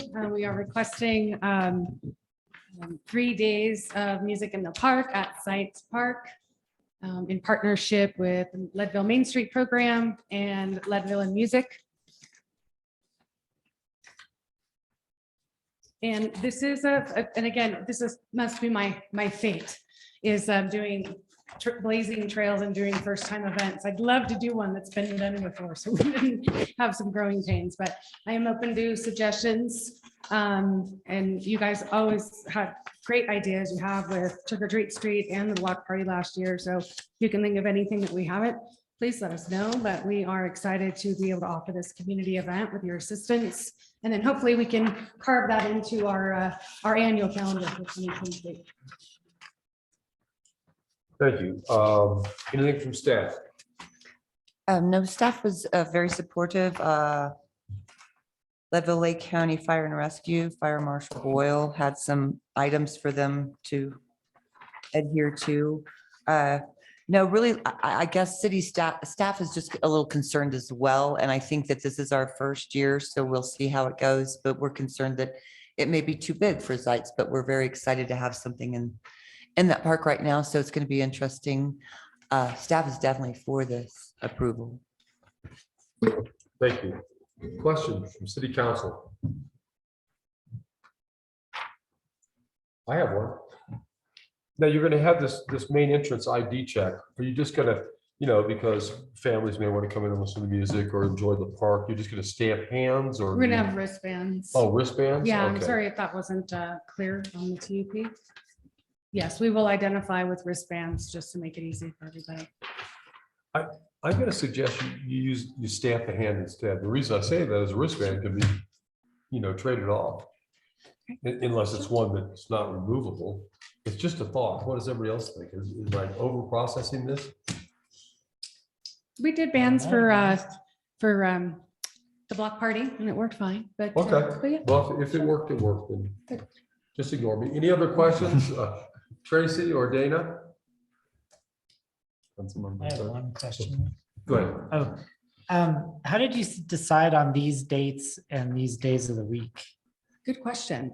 We did a lot of work around the scheduling of this, had a lot of thought, a lot of meaningful conversations around these dates. We consulted our partners at the Tabor Opera House. We consult because they're also having events. We consulted, as many that we're planning. I mean, as you can see, we've kind of talking about this since February internally. So I know a lot of things are popping up. But I know that there's talk, and this has not been officially announced or brought forth, but I know that there is some conversation around doing some type of art event on that next Friday of each one of these, because it's kind of like the first Friday type word. We didn't want to be first Friday. That's why it's Thursday. And we did that by design to keep it local and community based as opposed to, tourism. So yes. Hope that answered your question. Yeah. Kristen, did you have a question? I have a comment. This just tickles me to death. Just the idea of music in the park and kind of, the whole goal of Main Street is to re-envision downtown Leadville. And this just, I've seen it in other cities and I think it's terrific. Thank you, Mayor. Any other questions? I have a comment. Please. If that's the perfect time. I'm a little, I love the idea as well. I love live music and I'm excited about live music downtown. I know that $3,000 isn't necessarily a large cost to us, but I'm a little concerned about us being in contract to purchase a house, looking at what we can do for employee retention, and other big costs. And I'm wondering if this 3,000 could come from another place like the community fund or tourism panel. Obviously, I don't know. And I think there are others here more tuned into the tourism panel and tourism, but I've heard they don't, downtown businesses don't necessarily want more fuel on the fire of summer tourism. So I'm wondering if our money would be better spent on side seasons type events. So those are things I'm thinking about as far as how we use our public funds, as well as that we already funded Main Street and EDC once. So I'm having some concerns about the expenditure, but I do in spirit celebrate the idea of that. I appreciate that. I do want to point out that we're doing this specifically to not cater to the tourism demographic. So we really do want this to be a community event, a local event to celebrate our Main Street program and our historic preservation partners. So that's kind of the intention. So that I see where you're going with this, and I don't disagree. But when the mayor and I were discussing it, we just said it wasn't in our strategic plan for 2022 yet. It could be, and we could identify other funding partners in the future. So I appreciate that. Any other thoughts or comments or questions? I have a comment in response to that last question. Is that okay? Please, Kira, go ahead. Okay. You should know that anything that does not go directly to pay the musicians, who would all be paid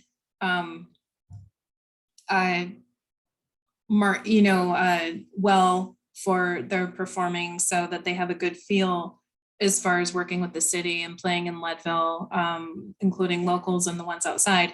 Anything that does not go directly to the musicians' pockets is going to Leadville and Music, which is a nonprofit, and would go. So all the work that I'm doing is volunteer. All the work that I'm engaging, a few others would be volunteer. The musicians would be paid.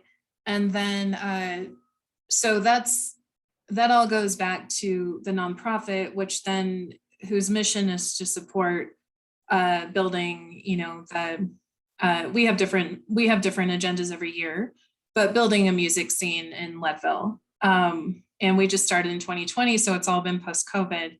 So that's my first response, is you're actually going to get kind of recycled dollars back into the community. And we've had a track record of doing that. Like the city gave some funding and I matched it out of my own pocket back in 2020. And that's exactly what we did.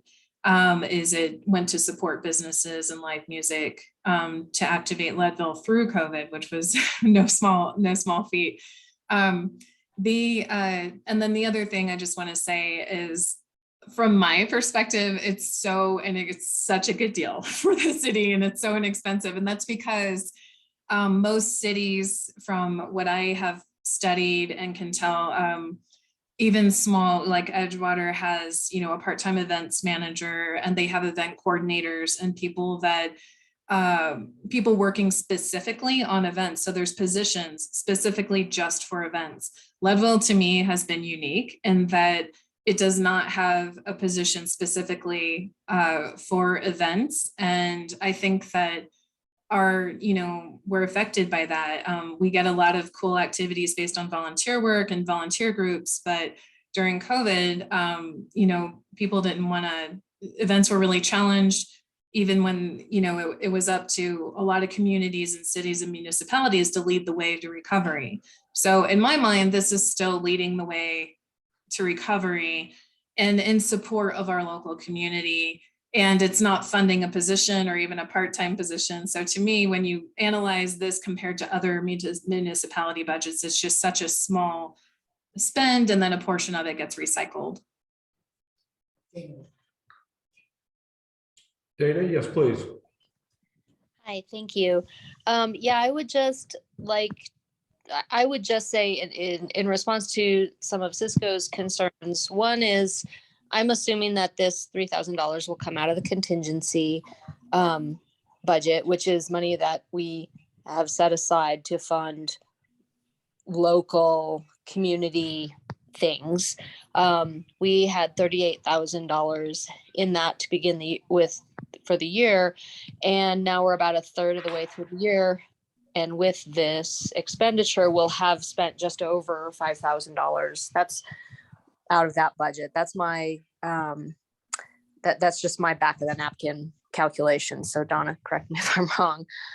So that seems fine. But from the standpoint of retaining or attracting employees, that this seems to be, with its focus on, kind of midweek outside of the tourist focused weekend, it seems to be part of building that robust community event that's focused on locals that can be a very attractive feature for someone who's deciding whether they want to stay in Leadville as an employee or move to Leadville just because they're attracted to the coherent community.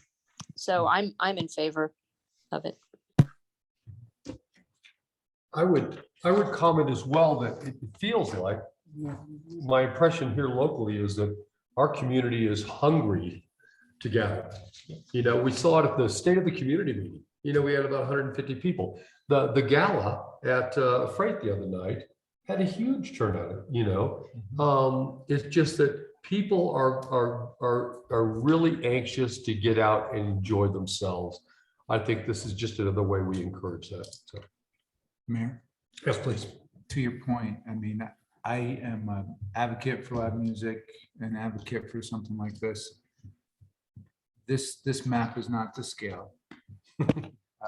And I just don't know if it's gonna fit. I mean, Zeitz Park is smaller than Freight. But you said, to your point, I'm sorry to interrupt, but to your point, you're talking to Pueblo Bank. Yeah. About using kind of a parking lot area as additional seating, if you will, or gathering space. Do you think that would help? I mean, I love the idea of Zeitz Park being utilized. And I really enjoy the thought of activating that spot for it. I'm just afraid that it's gonna be too small. I mean, that's just me personally. I mean, the bathrooms with the band in the corner. And I see Dana's hands raised. Yeah. But and I'm happy to try it out, but I'm in favor of it. However, I would like it to make sure that we have a bigger space because it's. If I may, I feel you. And we did have a lot of meaningful conversations with our board about size before we even submitted this. So I really appreciate that. I will say that, just keep in mind, this is, nearly a midweek event, in the early late afternoon. So we have kind of taken some of that into consideration. However, at the block party, we did a kind of an informal head count when we had a lot of people concentrated in Zeitz, and it was over 100 people. And it was bunchy, right? I mean, it wasn't, and I know we had other areas on the other area of 7th Street, so it was a little spread out, but when it was concentrated, that park can accommodate quite a bit. I would point out too, that And if you if we- get the parking lot, that parking lot does accommodate a beer garden for boom days, so that's a lot of people. So. Maybe that, I mean, that's an interesting thought. Maybe if Pueblo Bank of Trust is okay with the parking lot, maybe that's where the beer tent would go instead of in the park too. I don't know, just thinking. We're gonna replan this whole thing for you. Kristen, Also- Dana, go ahead.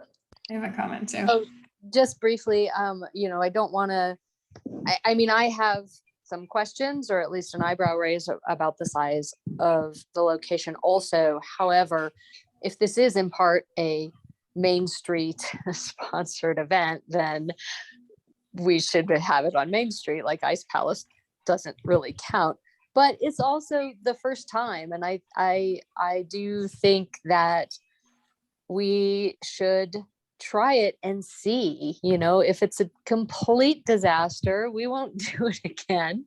And I feel a little bit of a spirit of, like, let's go, let's try it out and see what happens. But also with our eyes wide open as to how does the space actually work out for this sort of thing. But here's the thing, everybody at city council needs to attend. In fact, we'll have to post it as a meeting at Zikes Park. Okay, so my Kristen, I'm sorry. guilty You're admission silly. is that I actually don't like live music, but I'll be there in spirit. Thank Maybe you, we can do Dana. a Zoom event. I mean, really to Dana's point, I think it's the first time the event's going on. I do think it'll be successful, quite frankly, but I see this as a good problem, honestly, Exactly. that it like, oh, wow, there's this much interest. Great. Now we know next time when we do this, we are for sure going to have to get a bigger venue.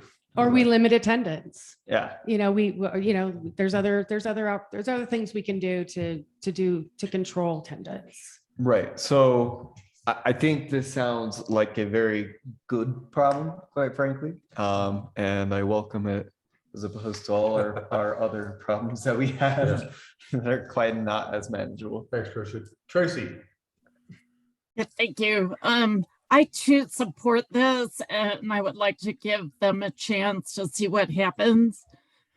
But I guess I would like to have a little more assurance from the bank that they're okay, because if you do get a big crowd and you don't have their permission, I think people are gonna flow into their parking lot anyway. So I know you said that you're talking to her, but Yeah, so Mary Schroeder sits on the Main Street Board of Directors, and we have monthly meetings, and we've been talking about this for the last couple of months. So it is in our meeting notes that she did offer whatever we need for the concert. So Oh, she did, she did. I guess I apologize.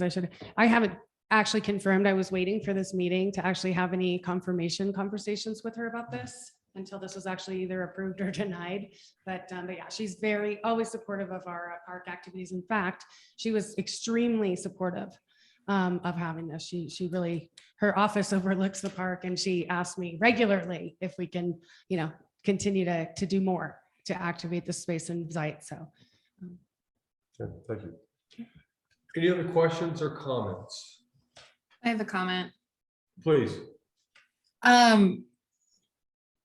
I think everyone's correct. We don't really know exactly what will happen, but we have activated that space a couple times. I'd like to just throw out there that when you think through our local bands and the bands that you've seen, like in the back of High Pies that play locally, these are not, we want to support them. And so they don't all have websites or marketing collateral. Some of these bands have formed recently. I'm looking at recordings, and there's like and when we talked about diversity in music, there's going to be different kinds. So they might not all have, you might get some younger ones out later towards the end, and you might have a different feel, for the opening act. I really think it's going to be pretty low key. And from the turnouts that I've seen in our community, I I really suspect that it's going to be fairly low key, and then it's going to fit the park pretty nice. In future years when they're all famous worldwide and doing world tours, and and we can say they started here with the support of our city council, then that might be a different story. But right now, these are really, just emerging artists. Just they haven't, they're just coming together, and it's going to be so fun to come together as locals and cheer them on. But I don't picture all 3,500 in the city of Leadville showing up for the event, and especially starting at 4 and ending at 7 on a Thursday. I think it's going to be well spaced and, kind of a low key barbecue versus a rager kind of thing. Okay, barbecue. Thank you, Kira. Any last comments? Then I would ask for a motion, please. Councilmember Luna Leal moves to approve the temporary use permit for LLC EDC Leadville Main Street program to host the summer concert series on Thursdays, starting July 7th, August 4th, and September 1st, 2022, from times of 4 p.m. until 7 p.m. Laurettson, second. Thank you. Any other discussion? I just would have say- a point of order. Please. Are we also gonna do the motion for the funding? Yes, that'll be next on the agenda. Okay. We've delayed it until after this consideration. Thank you.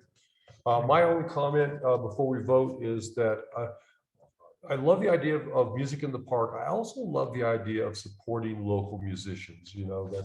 I know we do that in certain ways. I think we've gotten better at it in the last few years, certainly at Freight and some other and in some other venues. But this is, I think this is a piece of that puzzle. So. Any other discussion? I have a quick question. Do we Yes, please. need to incorporate into that motion the points of the fire marshal about their recommended requirements? That probably wouldn't be a bad idea. Christian, would you agree to modify your motion to include the points for the fire marshal? Absolutely. Thank you very much. Yep. Tracy, you still okay with the second? All right. Thank you. Good In which catch. case, roll Thank you. call, please. Councilmember Laurettson, Yes. Councilmember Hill, Yes. Councilmember Luna Leal, Yes. Mayor Pro Tem Green, Yes. Councilmember Fergency, Yes. Councilmember Tharp, Yes. Mayor Labby. Yes.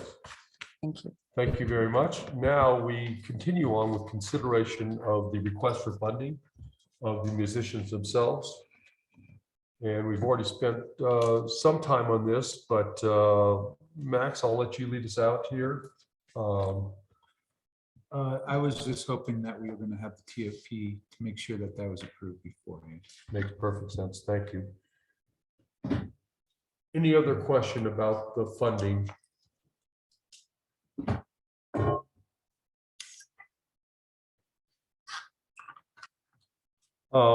Then I don't have anything else to add to that. I would entertain a motion, please. Councilmember Tharp moves to approve the request for funds of $3,000 by Leadville Main Street program to cover the cost of music production only. Fergency seconds. Any other discussion? Roll call, please. Councilmember Laurettson, Yes. Councilmember Hill, Yes. Councilmember Luna Leal, Yes. Mayor Pro Tem Green, Yes. Councilmember Fergency, Yes. Councilmember Tharp, Yes. Mayor Labby. Yes. Thank you. Thank you, guys, for this planning. I'm looking forward to it. Thank you, Kira. Thank you, everyone. Thank you, everyone. We really appreciate it. It means a lot. Okay, we have a couple of public hearings coming up now. The first one is a conditional use permit. This is for 322, 324 Harrison Avenue. for a short-term rental license. Is that correct?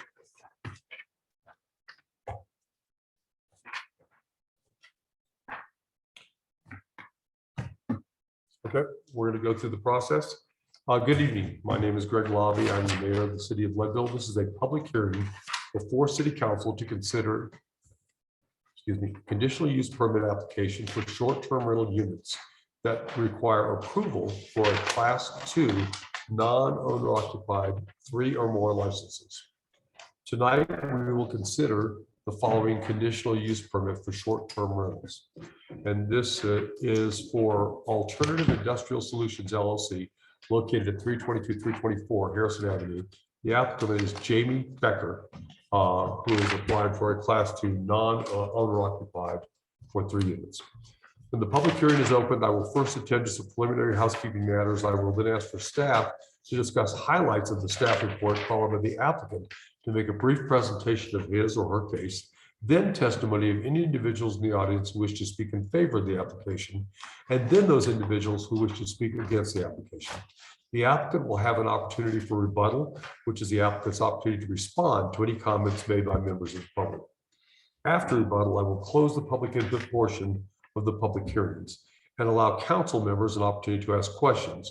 Once the public input portion of the hearings are closed, we will not accept additional testimony unless it is in response to questions posed by the commission with the applicant. At the conclusion of our questioning, the council will render a decision, which could include a continuation of the hearings. This public hearing is quasi-judicial, which means that we have to follow certain procedural requirements to establish a record. For this reason, it is important that when you speak, you identify yourself. If you would like to submit written materials, please understand that the city will have to hold on to those materials for at least 30 days after city council renders this decision. Are there any questions about the public hearing procedure?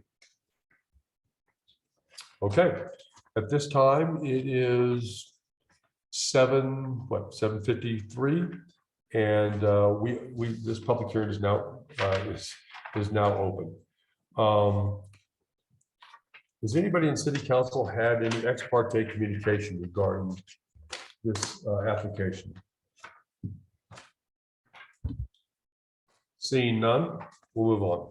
I would ask for is the applicant on the line? Jamie, you need You're to- muted, Jamie. Sorry, yes, Jamie Becker here. Jamie, go ahead and just give us a brief explanation of what you're applying for and why. Sure. So yeah, my girlfriend, Michelle, I'm not sure if she's on. We purchased the building last September, and it had been recently renovated from the ground up. It has 2 commercial locations on the main street or on the ground level. That's Title Company of the Rockies and Elevation Goods. And then upstairs it has 3 sort of condos or apartments that are designed for short-term rentals. So we purchased the property. We were under the impression that the license transferred. When we went for renewal, we found out that was not the case. So we are here applying for the CUP and then also the short-term rental licenses. Yeah, so that's sort of a brief background. My girlfriend and I recently we bought a house in 2019 in Leadville and then sold that and recently purchased a ranch out by Mount Massive. So we're very involved in the community. We're up 3 to 4 days a week. Our primary home is in Denver. And I'm in the mortgage business. My girlfriend is in the real estate business, and we've brought a lot of people, up to Leadville that have moved or purchased homes up there. So that's just sort of a brief background on us. The property is perfect for short-term rentals. That it's a commercial building on Main Street. There's no noise, from the tenants. They're not disturbing any neighbors or neighborhoods. We do have a 2-year parking lease with Silver City Printing, which is right behind us. There's 3 units. Each unit has 2 spaces. So that's about 100 feet, behind the building. So it's very convenient for the guests. We do have a snow removal company Ryan Son that does the snow removal from the front of the building, then also the parking lot. And yeah, it's just been we've quickly become one of the super hosts in Leadville through Airbnb because the units are just perfect for short-term rentals, and all the guests absolutely love staying there and being right on Main Street across from the restaurants and the bars and the shops. So thank you. Thank you for your time. We may have some questions for you as this goes on, but Sure.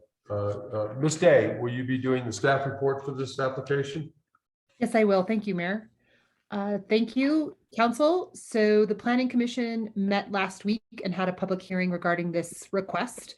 After some healthy debate and no public comment or public in attendance, they did render a recommendation to approve this STR application.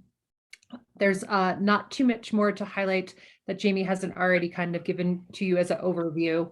I can give you some of the indication of the timeline of how staff found out. So as you know, we've just really started to go forward with the enforcement component of the short-term rental licensing.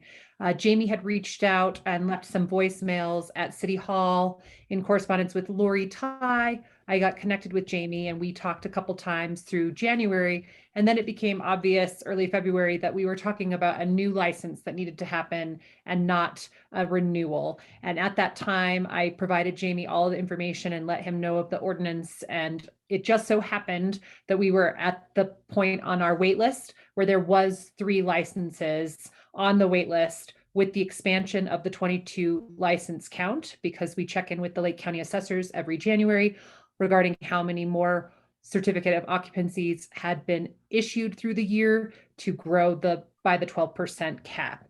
And so Jamie really lucked out in terms Sure. of just timing.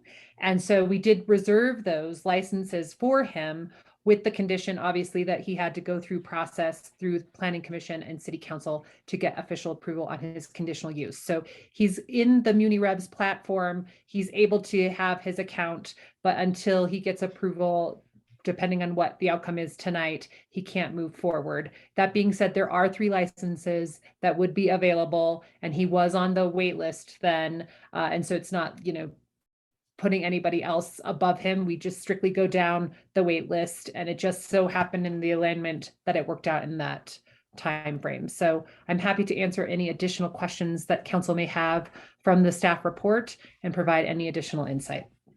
Thank you, Ms. Day. We may have questions after public comment. We'll see. At this time, I would ask if there's anybody in the public who would like to speak in favor of this application, this conditional use permit.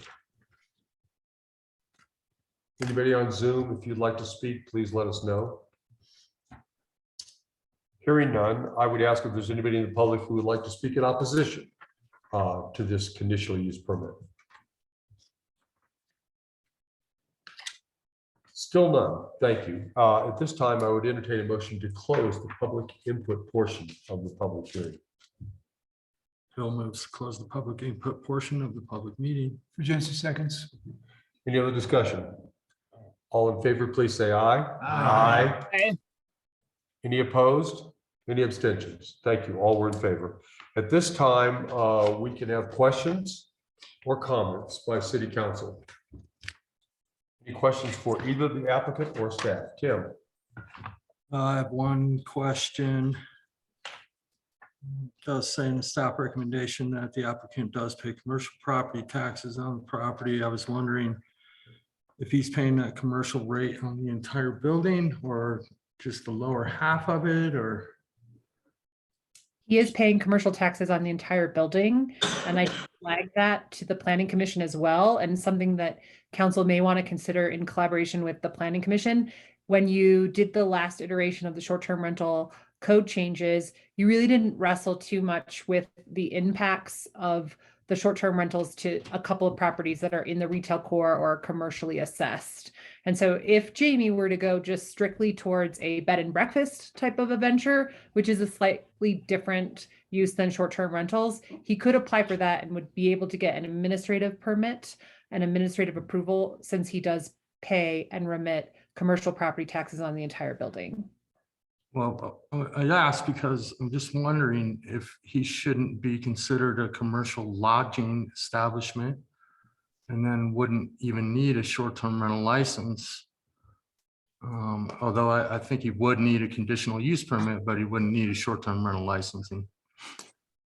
Yeah, it's kind of unclear. The table of uses is a little unwieldy, and I know Planning Commission wants to, nail that down, particularly with this lodging area. But based upon just how it kind of presented itself and what the applicants prior to him did, it went in this direction. But I think you could make that case as council if you wanted to.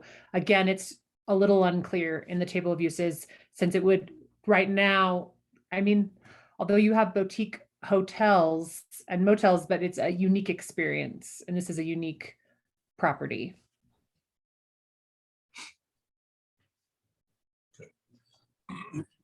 Any other questions for either staff or the applicant? No, I mean, that's an interesting point. Maybe we can, revisit that sometime down the road, but we'd probably like to just continue down the path for the STRs for this year. Okay, thank you, Jamie. At this time, if we have no more questions or comments, I would comment, I really appreciate the effort by the applicant to secure parking as part of this application. To me, that was pretty proactive. I would say it's a prime spot for short-term rentals too. I've had friends stay in the lofts. They work out really good. Of course, being in the retail core, they're not affecting any neighbors and neighborhoods. And obviously it lends itself to the downtown very well. So, and this has been a short-term rental in the past, so I would be in favor of approving the license. Question, this falls directly under the zone of, does it fall under the zone of potential residential, or is it out of the residential business mix that we have in terms of like city planning? I'm not sure where it falls under in zoning. Well, this residential is allowed in the retail core. Yeah. Actually, residential is allowed in some form in every single zone that we have. Okay. But in the retail core, if you think about all the upstairs apartments that exist upstairs, above buildings, it's fairly common usage. Okay. Sarah. Yeah, I just wanted to add to council that Jamie Becker and his partner have been very responsive to any emails and correspondence, and has tried to correct this issue as soon as they became aware of it. And we did talk about that in the planning commission meeting where the breakdown of communication happened. And so, we can't be certain what all was said or exchanged. They should have been made aware by the prior last permits sunset with the applicant and owner of that property and didn't transfer. That being said, I have to acknowledge that Jamie and his partner have been very responsive and very much trying to coordinate and work with staff to the best of their ability to get through this process, and seem to really want to get into compliance. Thank you, Sarah. Tracy. Thank you. My only comment is I'm supportive of this CUP. I think it's a perfect place for short-term rentals. I would just ask Sarah if she could stay on the meeting, because I would like to talk about how we gathered 22 more licenses, but I don't want to interrupt the public meeting with this. Okay, thank you. Any other comments or questions to City Council? In which case I would entertain a motion, please. Councilmember Fajenski moves to approve the conditional use permit for Alternative Industrial Solutions LLC for the use of licensing 3 short-term rental license units at 322, 324 Harrison Ave, Leadville, Colorado 80461. This is based on the criteria set forth in the staff report dated April 14, 2022. The City of Leadville's Municipal Code sections 17.52.040, 5.12.090 in the 2015 Leadville Comprehensive Plan, And the specification is discussed and determined by this hearing for the short-term rental use. I further move to have this CUP approval sunset with the applicant and current owner as required in the above sections of city code. No seconds. Any other discussion? Roll call, please. Councilmember Tharp, Yes. Councilmember Fergency, Yes. Mayor Pro Tem Green. Did we lose her? Yeah, She- we lose her. We lost her. Okay. Councilmember Luna Leal, Yes. Councilmember Hill, Yes. Councilmember Lauritsen, Yes. Mayor Lobby. Yes. Thank you. Jamie, thank you. Yeah, thank you guys For very much. this process and good luck. We really appreciate it. At this time, it is 8:07 and a half. And this public public hearing is closed. At this time, we're going to take a 5-minute break. We'll be back at 8:10 and a half, 8:12 and a half. Did we gain 22 more short-term rentals? I thought we gained more than that, but 30, I heard. I thought it was 30. And see, we have to. You we have gained to- 30. we You have to gained base 30. on What the assessor's office gives us. And we know that we didn't gain 240 more homes Yeah. in Leadville. So the only explanation in my mind is they changed the way they acquired the data. muted them, she can't. I know, but we're not supposed to be having a meeting right now, I guess. Sure, sure. Oh, you get things back. Okay. I mean, that's my take on it. So what happens?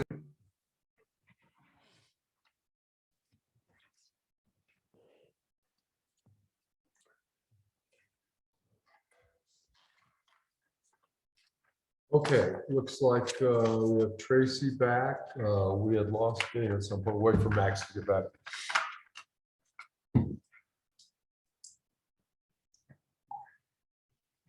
This next item is going to be a marijuana licensing authority, which we are, and it's a renewal. We changed to administrative renewals on liquor licensing some years ago, and we probably need to do that in code with marijuana licensing.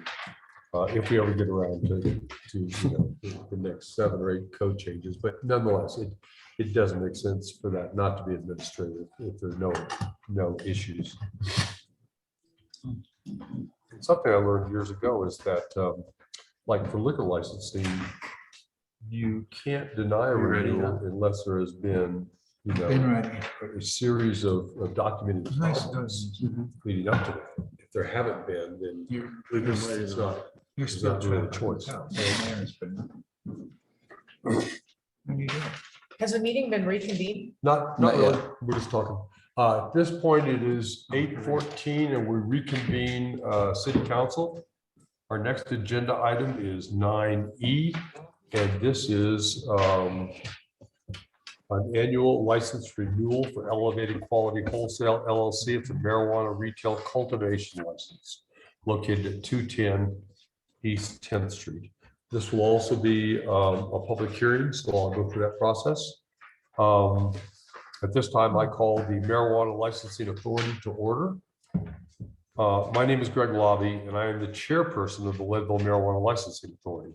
This is a public hearing before the licensing authority to consider a marijuana license renewal application by Elevated Quality Wholesale, requesting a cultivation license renewal for the property at 210 East 10th Street, Leadville, Colorado. I will first ask the applicant to make a presentation and enter the application and all supporting documents into the record. Then the licensing authority will confirm that all the requirements for approval of the license have been met. Testimony for and against the application will be allowed for persons residing in the designated neighborhood applicable for this application. Persons who reside outside of the neighborhood may speak if the licensing authority, in its discretion, decides to allow it. Then, based on the testimony and evidence presented at the hearing, the licensing authority will determine whether to approve with conditions, or schedule a public hearing to consider revocation of the renewal application. Are there any questions about tonight's procedures? Okay, the time is now 8:16, and I call to order a public hearing of the Leadville Marijuana Licensing Authority. The authority shall consider the application of Elevated Quality Wholesale. Mr. Myers, are you on? Yes, hi, I'm here. Good evening, everyone. Please speak to us about your application. Well, excellent. I'm going to keep it brief. So I'm Joshua Myers, the owner of Elevated Quality Wholesale, a cannabis cultivation facility located here in Leadville. I'm speaking with you tonight as it is time for our annual license renewal. Our company opened our doors in 2017, and we have been operational since then. Currently, we have a team of 4 and are adding a 5th team member in May. We love being a part of this great community and look forward to the years ahead. And when voting tonight, I ask that you vote in favor of our renewal. Thank you, Mr. Myers. Staff report. Oh, it's Sarah. Sarah, first let me ask you, have all the proper forms and documentation been submitted to us? Yes, they have. And has notice been made of the public hearing? So there is not a notice requirement for renewal unless you determine through tonight's hearing discussion that you'd like to schedule it for possible revocation. Then we would post it. So Thank you very much. Okay, if you would go ahead and give us your staff report, please. sure. So as Josh alluded to, he's been in business since 2017. He's gone through this renewal process every single year. We do reach out to the fire marshal every year who does an inspection, and that is included in the packet and applicable materials for your review. And Josh did schedule that and was passed as he has been every year. I did also reach out to Police Commissioner Hal, and he did not respond, but staff, the police manager, Shannon, did respond. There was an incident. It is in your packet as well. It was unclear to me if it was followed up exactly and what all was determined from that, but there was a report of some odor and some neighborhood issues with some odor from a neighboring property. And so that's something that you may want to consider. I know that that has come up in the past, and Josh did install quite a robust exhaust system and filters to try to capture that. And there has been individual incidences where odor is a little stronger in any of our cultivation facilities. So those would be the highlights. Thank you very much. At this time, I would ask if there's anybody in the public who would like to speak in favor of this renewal application. Seeing none, I'll ask if there's anybody in the public who would like to speak in opposition to this renewal application. Still none. I would entertain a motion to close the public input portion of the public hearing. Bill moves to close the public input portion of the public hearing. Seconds. Any other discussion? All in favor, please say aye. Aye. Any opposed? Any abstentions? Thank you. All were in favor. At this time, we are in consideration. City Council can ask questions either of the applicant or of staff.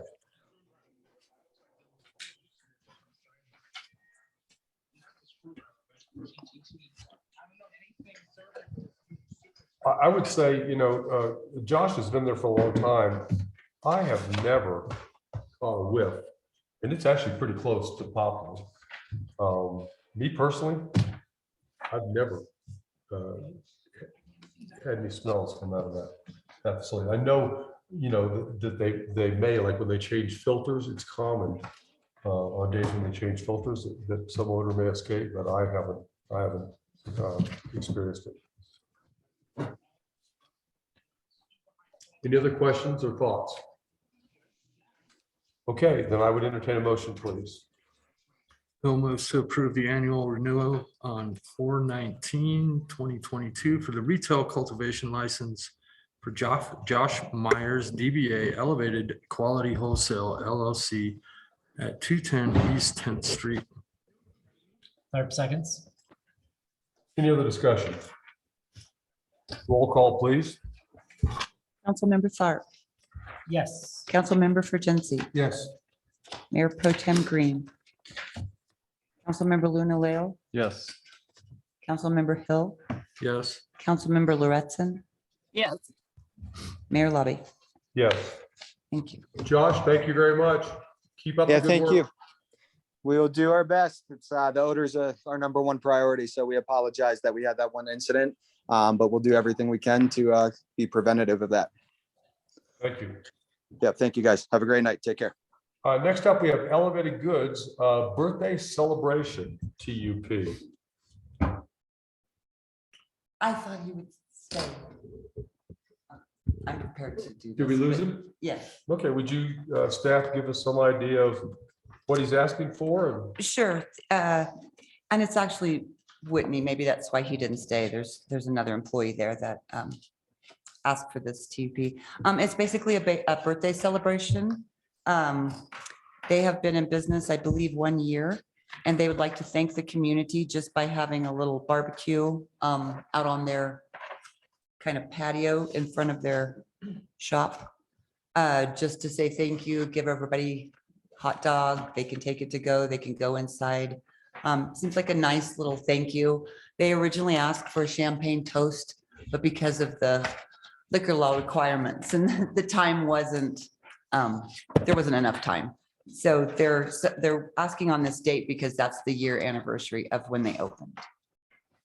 Is this just something they'll do out on the sidewalk? Yes, that's what they've asked to do on the sidewalk, keeping the 6 feet. The fire department has also asked for a current working fire extinguisher. The health department has also reached out. We included them and they've reached out, they approve. They're just gonna make sure that the handling of the food is proper the day of. Okay. Any questions for staff?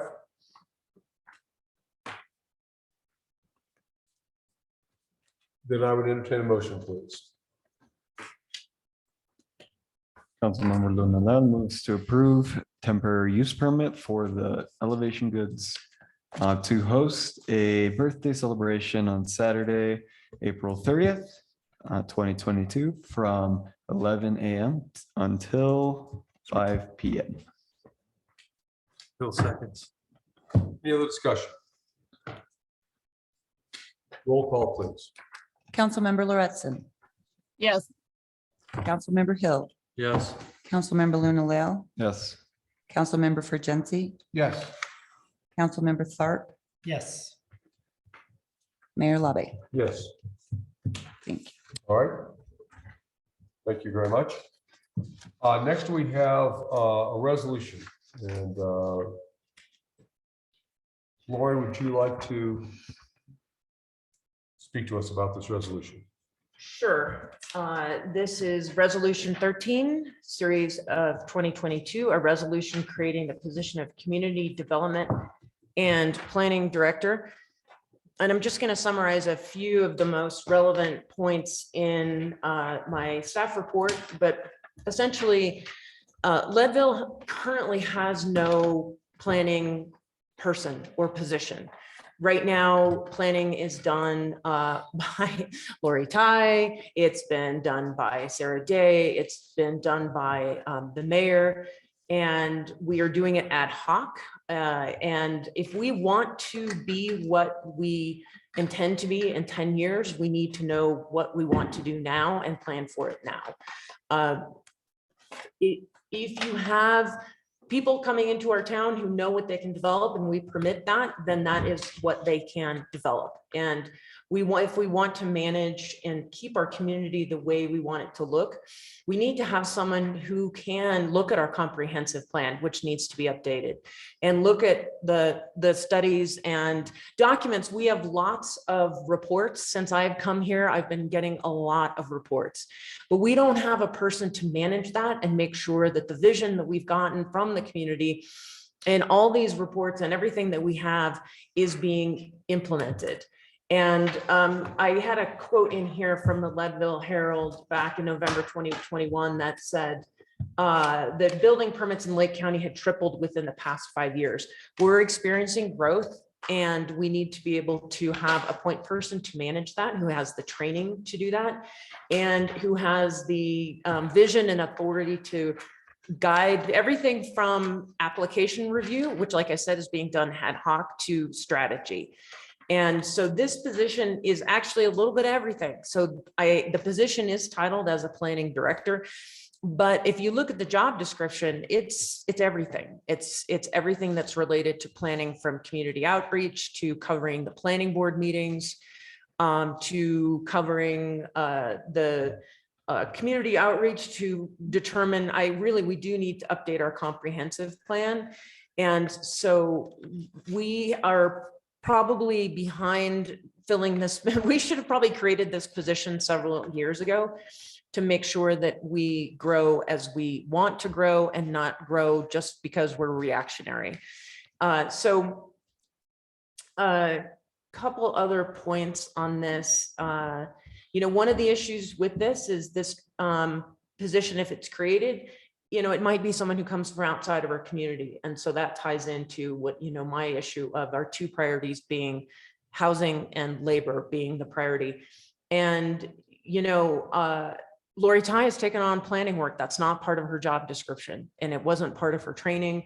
And everybody has stepped up to do this, but it's long past due for us to have one point person in charge of this, to make sure we're doing it right and make sure we're actually having a point of contact when someone wants to come into town to develop or do something, that we have a point person to do that. So those are I think if there's more information you need about this, I was surprised when I interviewed here to learn that we did not have a planning director. I think, as you can see, it's one of the first things that I've done since I've been here, because I think it's that important for us to know and manage how our community is developing. So with that, I'm happy to answer any questions. I do have a question. Would a person who comes into this position normally also be a person who could revisit table of uses issues? Yes. Okay. Yeah, this position would be a position that would, recommend code changes, and that would be in the table of uses would be in the code change. Yeah, thank you. Tracy. Thank you. I'm just wondering how this would mesh with the fact that our building department has now moved over to the county. But first, I want to say I totally support hiring somebody. I definitely think we need this. Yeah, Councilmember Larson, they would work hand in hand. The city I was at previously, the planning director and the building inspector worked hand in hand to ensure, really to some extent, I see planning as sort of the front end, and the building being more sort of the back end as it's being constructed, to make sure it's being constructed as to the plans. But the planning department is what really guides the plans through the city's processes, ensures compliance with our comprehensive plan, presents a packet to the council that says this is how it meets our zoning requirements, those types of things. Once it's approved, then the building department would look to make sure it's built according to the plans. That's a lay person's explanation of it too. I'm sure you would get a much more technical explanation from a building, your building inspector, or planning director, but that's 10,000 feet explanation. I would say we have had, it's been very interesting for Lori to talk to me and all of us about this, because I don't know that would have occurred to me, but we've been piecemealing this for years because we've had a contract planner that didn't do anything. And then, so Sarah ended up, when she was still here, she was doing most of that planning work that we wanted this other, for RG and Associates to be doing this, but they weren't. And so that didn't work out well. We talked to Gabby Voller about other planning, contractors. There just weren't people available. And so it was falling back on us. But I have to admit, it never occurred to me to actually have a city planner. But now it's pretty obvious, we have some problems that have to be solved. May I make a comment? Yes, please. I think this has been an issue that a lot of people have told me about, that the county faces as well, lack of good staffing to do a lot of the more tedious work, tedious that maybe commissioners might not be the best people to handle as elected officials, really, given that they run on platform of representing them in writing law and representation, not necessarily in like grant funding, fundraising and stuff like that. So I think this is extremely appropriate to do. And I think this is like, in terms of cost, I think it pays for itself more than anything else. It saves a lot of time on our end. Obviously, we need someone who's really able to look at a lot of this that we just don't have the time to, and really think through it. That, as us, especially given that we don't really have this as a full-time job and position, it's just not realistic for us to get through a lot of the things that we might want to get done that might be more along the lines of housing and right away. So I think this is extremely essential, and I think we should definitely be in favor of it. And I think in terms of funds used for it, it's extremely appropriate, and I think it saves us money in the long term. Any other thoughts, comments, questions from city council? I have a question. Please. Well, first I'll have a comment is that I'm supportive of this. I mean, I agree with you. And my question is to you, will this individual, and I'm thinking about the organization, right? I mean, and we talked about this with our org chart and the Leadville org chart, and I haven't seen one. But I know there was a point that there was going to be 12 direct reports to Lori directly, including the docent of the, what is that house, the Tabor House. Yes. And so hopefully, I'm just asking, it's not a deal breaker for me, but is there a possibility for this person to take on supervisory roles or anything and help you with your span of control when it looks at? I would say at this point, I mean, I have 5 direct department heads that I'm interacting with on a weekly basis. So this would be a sixth department head. I would like this. I mean, this person is going to be the planning department. They need to understand that they're going to do the entry level stuff to the high end stuff.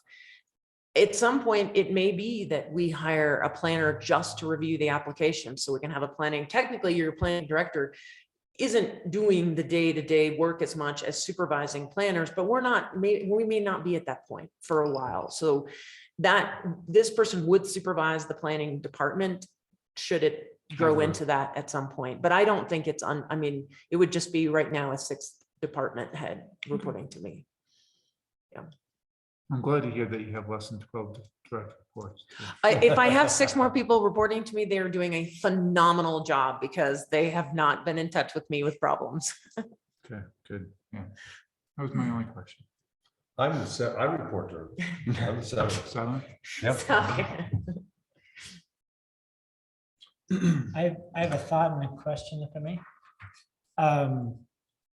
It seems to me, I agree with everything that's already been said. It also seems to me like this is a step towards right-sizing our city staff for the work. And right-sizing an organization is oftentimes a step towards staff retention as well, because hopefully that we're not burning people out, doing things beyond their work capacity or their work scope.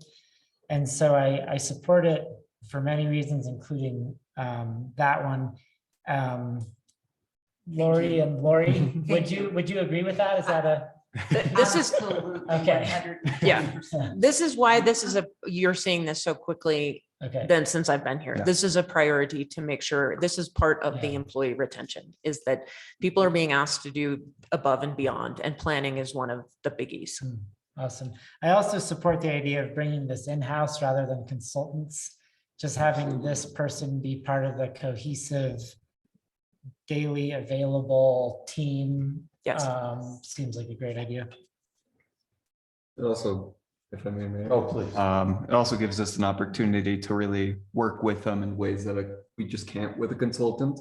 And be more direct about what we would like to see, rather than just hoping and praying that a consultant cares enough about what we want to see. Or that a consultant even does their job, quite frankly. I think it'll be easier for us to navigate what it looks like if said person doesn't do their job, as opposed to a contract. And Mayor, may I just Oh, please, have Lori. one statement? Yeah. Also, in the contract scenario, I honestly can't tell you how many phone calls I get a day that are just setbacks. I just bought a lot here. It's so time consuming that we almost need someone in-house, someone here at the office, the walk-ins and the phones, both. Sorry. that's all. And I would say to all those points, Sarah, I don't know if you're there, but she's certainly dealt with this frustration for years. And a lot of the unwillingness of our contractor to do the job that we needed them to do fell on Sarah. So, It would be a huge addition to your city hall staff, and I'm sure they would very much appreciate it, not to mention the city as a whole. You know, the expertise level in this growing pains that the city is experiencing requires you to hire professionals that can ensure that you really get the outcome that you're looking for. And it's rather complicated. So I think that it would be a wise decision for you all to follow suit with this request. Makes a lot of sense. thank you. Any other questions or comments? Well, then I would entertain a motion, please. Councilmember Luna Lel moves to approve resolution number 13th series of 2022, a resolution creating a position of Community Development and Planning Director.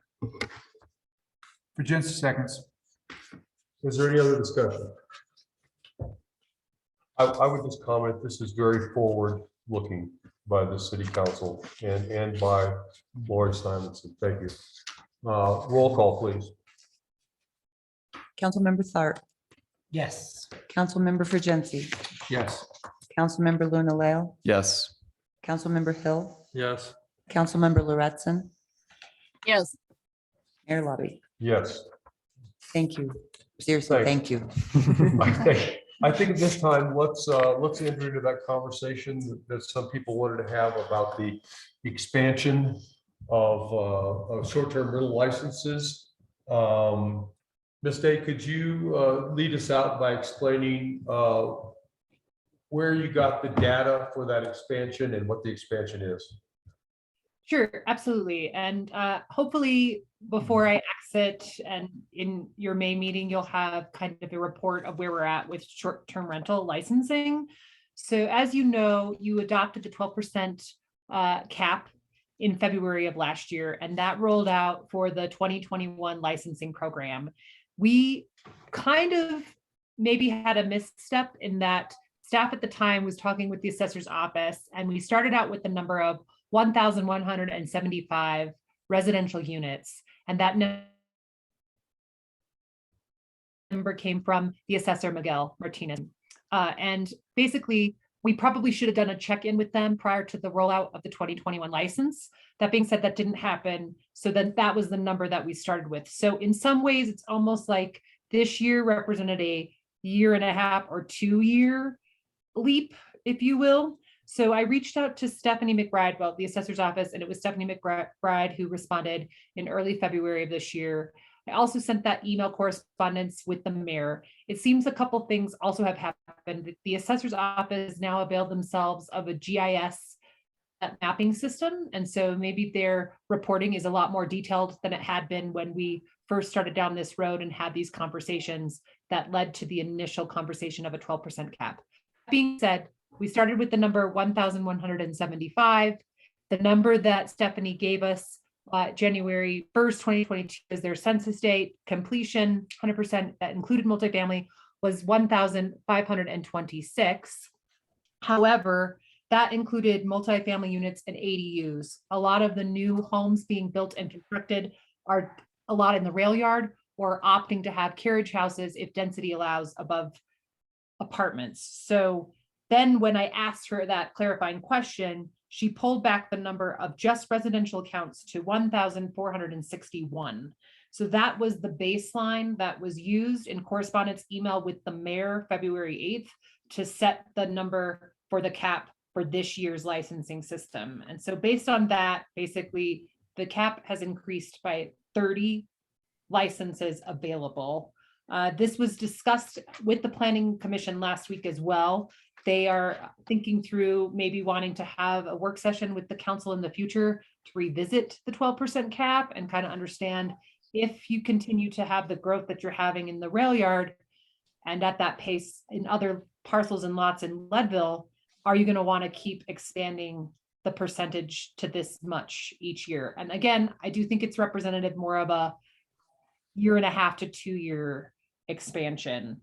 I just ran some numbers looking through my notebook in the break and everything while you were talking. So far, year to date, I've approved 87 short-term rental licenses. That includes class ones. So I will have a more detailed representation of where we're at the end of this month. But 87 have been approved year to date. 91 of those count towards the cap. But then you've just approved, one of the conditional use permits that would have 3 towards the cap tonight. So, I'm looking at all the levers. We're told that some of the conditional use permits that were approved last year, the Mary Jo Martin House, they had 5 licenses that counted towards the cap because they were renting 5 different units to 5 different groups of people. They've decided this year they don't want to do that. They just want to rent the entire house. So that drops it. Others have closed down or transferred that we weren't aware of. Melissa Hill has been an excellent property manager, letting me know of those entities that are closing or pausing or looking at different projects. So we've been in direct communication together. So some of that kind of does this ebbs and flow a little bit of how many we have available. So that's why it's a little hard to give you a direct answer because we're checking all of those levers in accordance with the code and just different individual property owners and what kind of changes they're wanting to make. An additional point that I'd like to make is with the 322, 324 Harrison, it was registered as a licensed property. So it never came up on the non-compliant list. So this was also discussed at the Planning Commission meeting last week. If there's another way for us to ask MuniRevs if they do an additional ability to look at transfer of residential units and sales. Gabby just reached out to me today, the Happy Hippie House, which has been approved for their renewal, and that's an owner occupied. So 1 counting towards the cap, but 5 licenses for Joel. He has that listed for sale. So Gabby flagged that. I'm tracking that in the Excel sheet so that should we see it transfer and sell, we'll need to get a hold of that, new property owner. So, we need to strategize. How do we get the messages out to the realtors? We certainly are hearing from a lot of outside realtors, not just local realtors. I can tell you 1 to 2 times a week, if not more than that, outside realtors or outside speculators are asking, what is the criteria? What is the cap? How do we get on the wait list? The wait list is growing. It's already at 6 right now since we rolled out the renewal on March 15th with those that had been on the wait list and kind of got in the queue to get a MuniRevs reservation. So I'm happy to answer additional questions that you all have as council. Any other questions? Well, I just have a comment, and I'm going to just say to Ms. Day does the 12% cap, for lack of a better word, I mean, it seems reasonable right now. Yeah, but I mean, I don't know that I want short-term rentals to expand beyond where we are, regardless of what percentage. That's, I thought the same thing. I thought 12% was pretty generous, and but now I'm not so sure. Just a thought. If I may, Please. those notes. Okay, go ahead. No. Yeah, I think that's for you all to kind of contemplate and discuss, and with the Planning Commission for sure, in terms of maybe that's a great conversation to have with the future planning director that could really help advise you on what are those strategies. I definitely think that the enforcement component is up and running. I can tell you, I will also have that data. You know, we sent out the 38 letters. When I pull back, some of those were double listings for multiple houses, etc. And people, it got their attention. So I am, you know, preparing with Lori and other staff members what will be the level 2 letter, but we're down to a handful that make that list. We'll still have to do the due diligence of reviewing, you know, what's coming through on the Muni Revs report and continue to be the constant gardener of that. But it is getting people's attention. It is on the website. You know, there's just got to be a way to message to the community at large that there is a cap. You do need to get on the wait list, that they are not transferable. There, you know, that seems to be a missing piece. And maybe that's working with the realtor offices, you know, working with other entities to try to get that message out. And then one other thought is I definitely think you need to continue to have conversations with the county and where are you going as a county-wide. You know, we also get a lot of calls and emails regarding short-term rental licenses for properties that are outside the city limits. We direct them right to the building and land use at the county. They don't have a cap, they just have their process.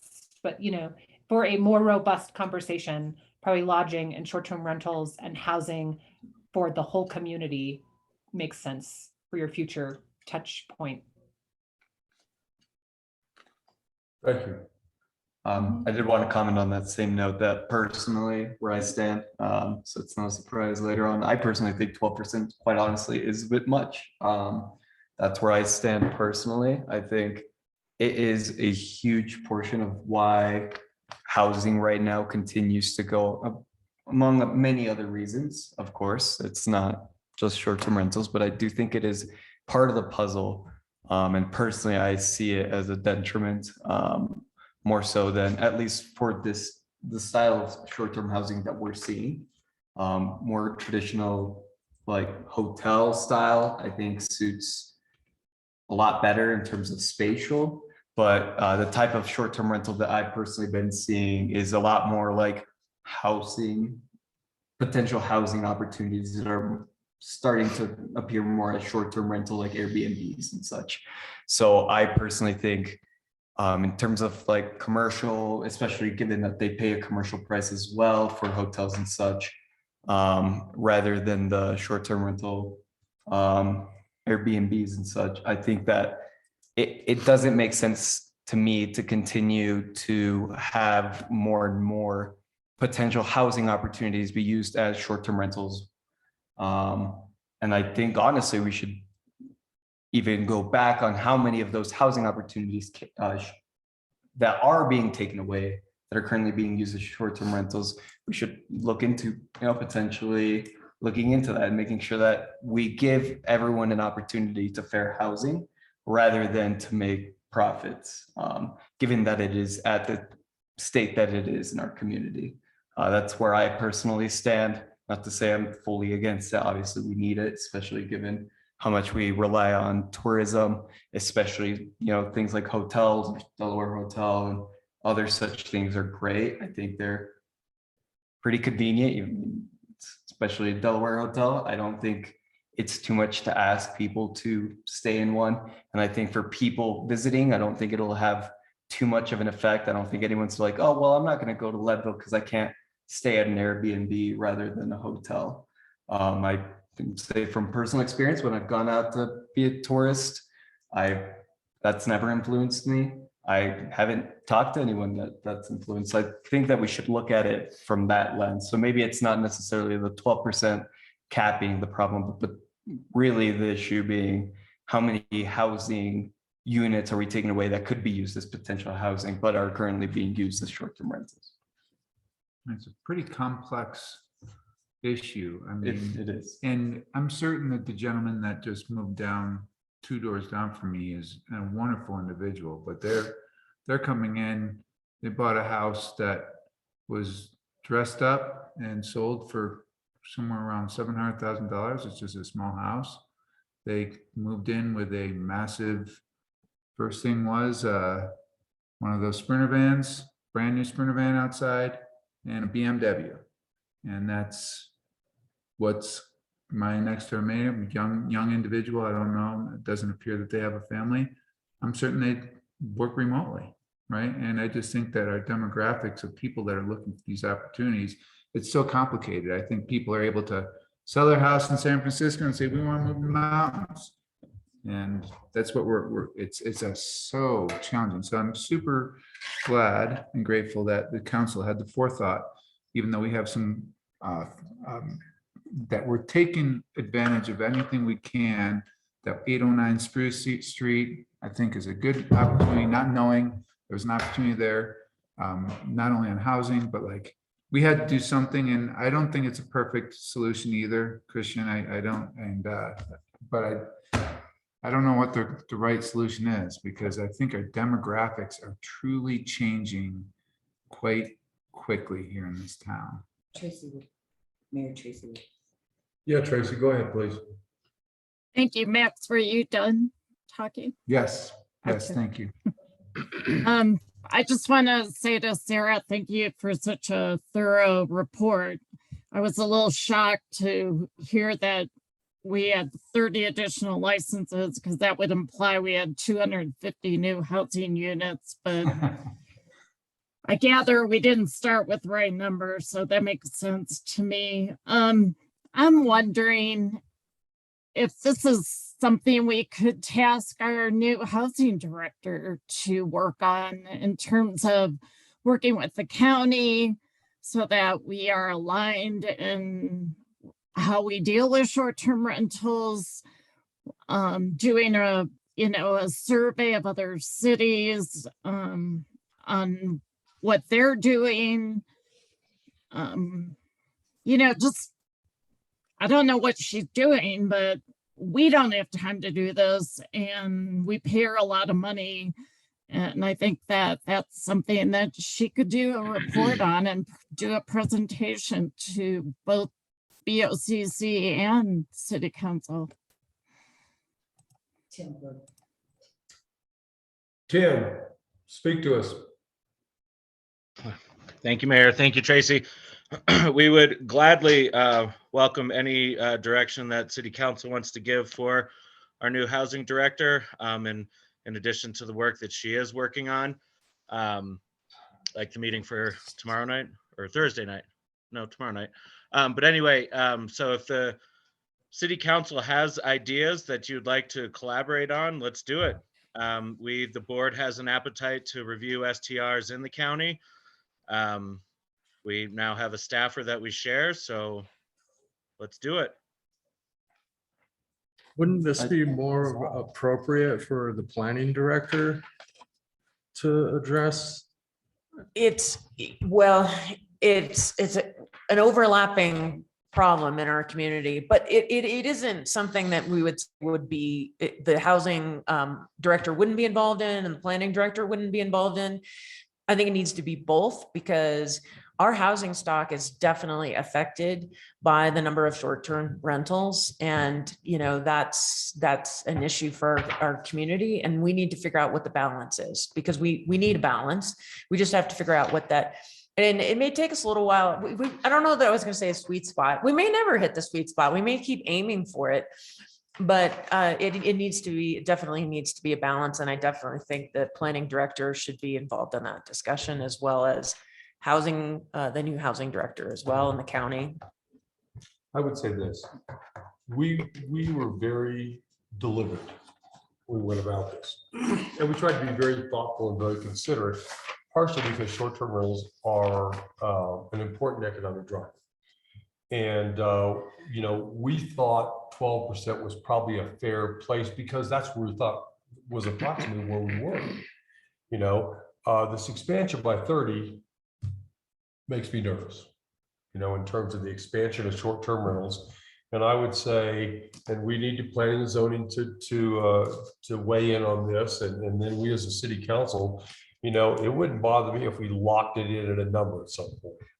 And it wasn't a percentage. I'm just thinking out loud right now, but I don't want us to go much further down this road in terms of short-term rentals, because, we accommodated the short-term rentals that existed.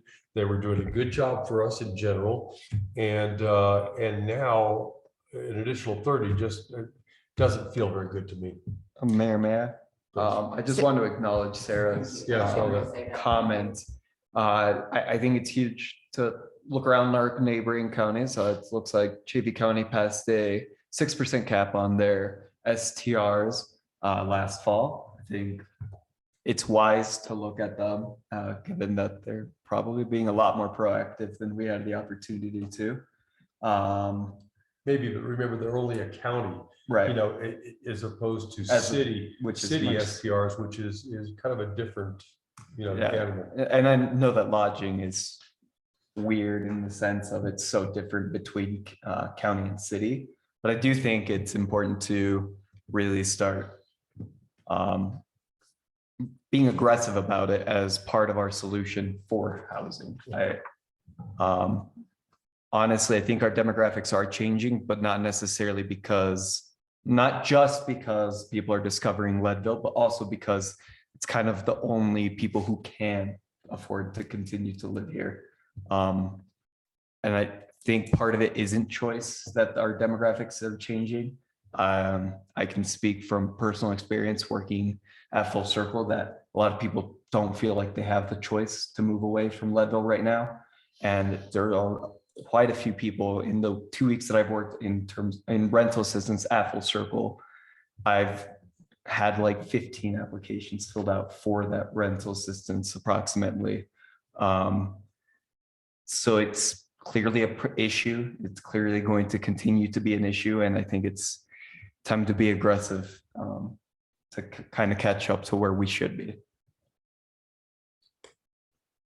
Very good conversations. Any other last thoughts? Thank you, and thank you, Sarah.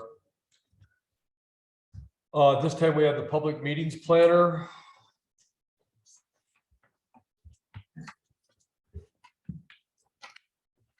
And Tracy, I apologize. It's not in the packet. It was a last minute handout, so I do apologize for that. Hey, I got my calendar here. Mayor, I do have one question about Please. next Monday. Is there going to be some sort of snack involved between the Laurel special meeting and the city council meeting at 6?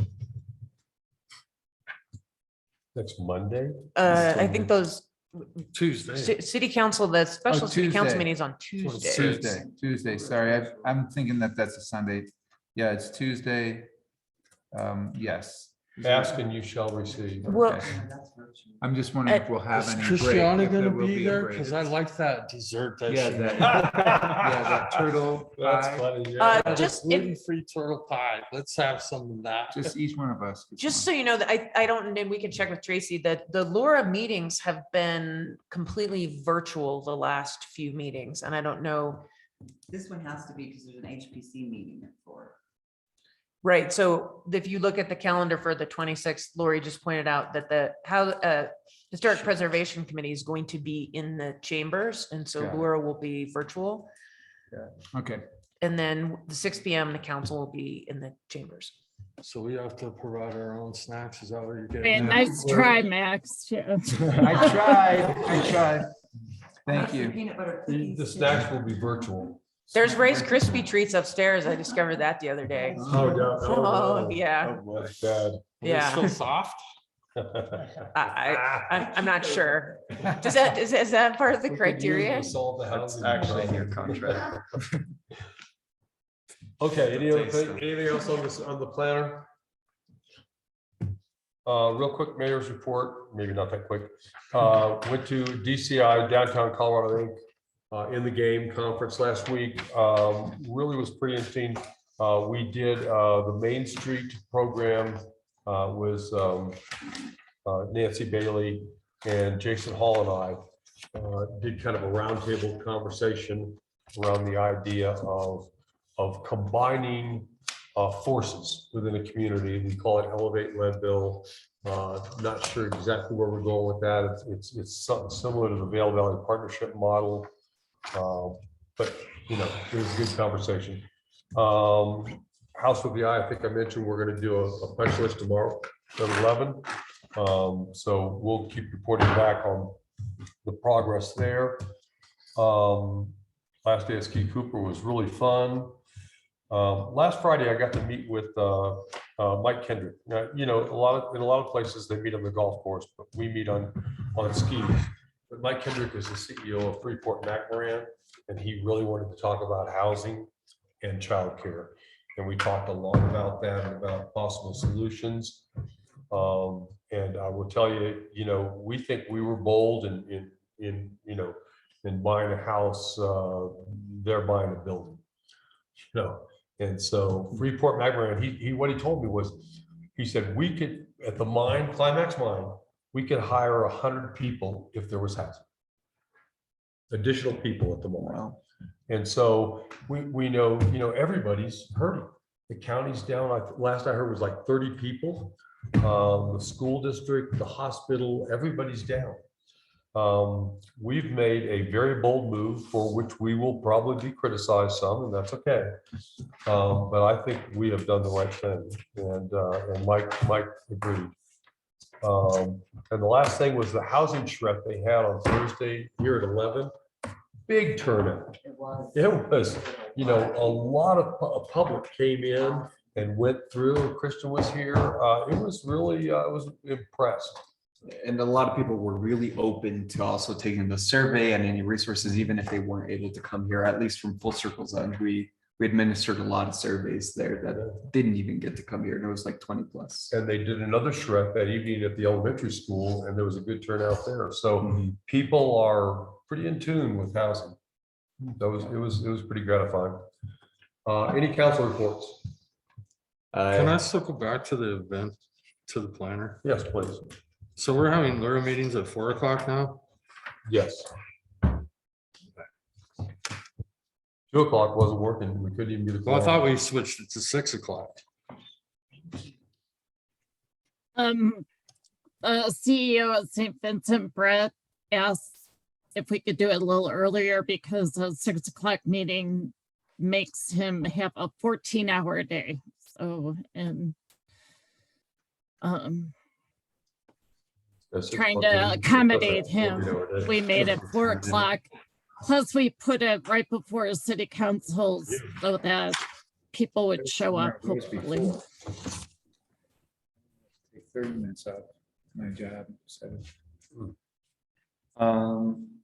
I have a report. Please. Was that all? Actually, before I move on. That's it for me. Yeah. Cool. So on the note, working for Full Circle, we're seeing continuing and extremely alarming numbers of homeless people, more and more homeless people come through. I don't have an exact number, but it's a significant amount from what I've been told. So it's happening really fast. I know I've already alluded to it too, but part of the reason is that increase in rent being harder and harder for people to pay, especially if they didn't get that assistance before their eviction date. And a lot of people get evicted for many other reasons as well, outside of just being able to pay, and aren't able to find housing afterwards. So it's being an issue extremely fast, to the point to where we are extremely concerned at where we're at in terms of homeless population. And I mean, luckily it's getting warmer, but in the future, especially this upcoming winter, we are worried about what that could lead to, and potential unintended consequences of all this. I think it's very valuable that we really start working with the county and trying to get this moving as fast as possible. I know it's already a priority and we're doing a lot of the work into it, but just to give you an update as to where we are and what we've seen at Full Circle. Thank you. There was a homeless coalition meeting today that I attended, and also attended a luncheon about homeless when I was in the game conference, and it's everywhere. Yep. And a lot of communities are way ahead of us, but that's because they've had the problem for a long time. We haven't. So we don't have any really great answers right now.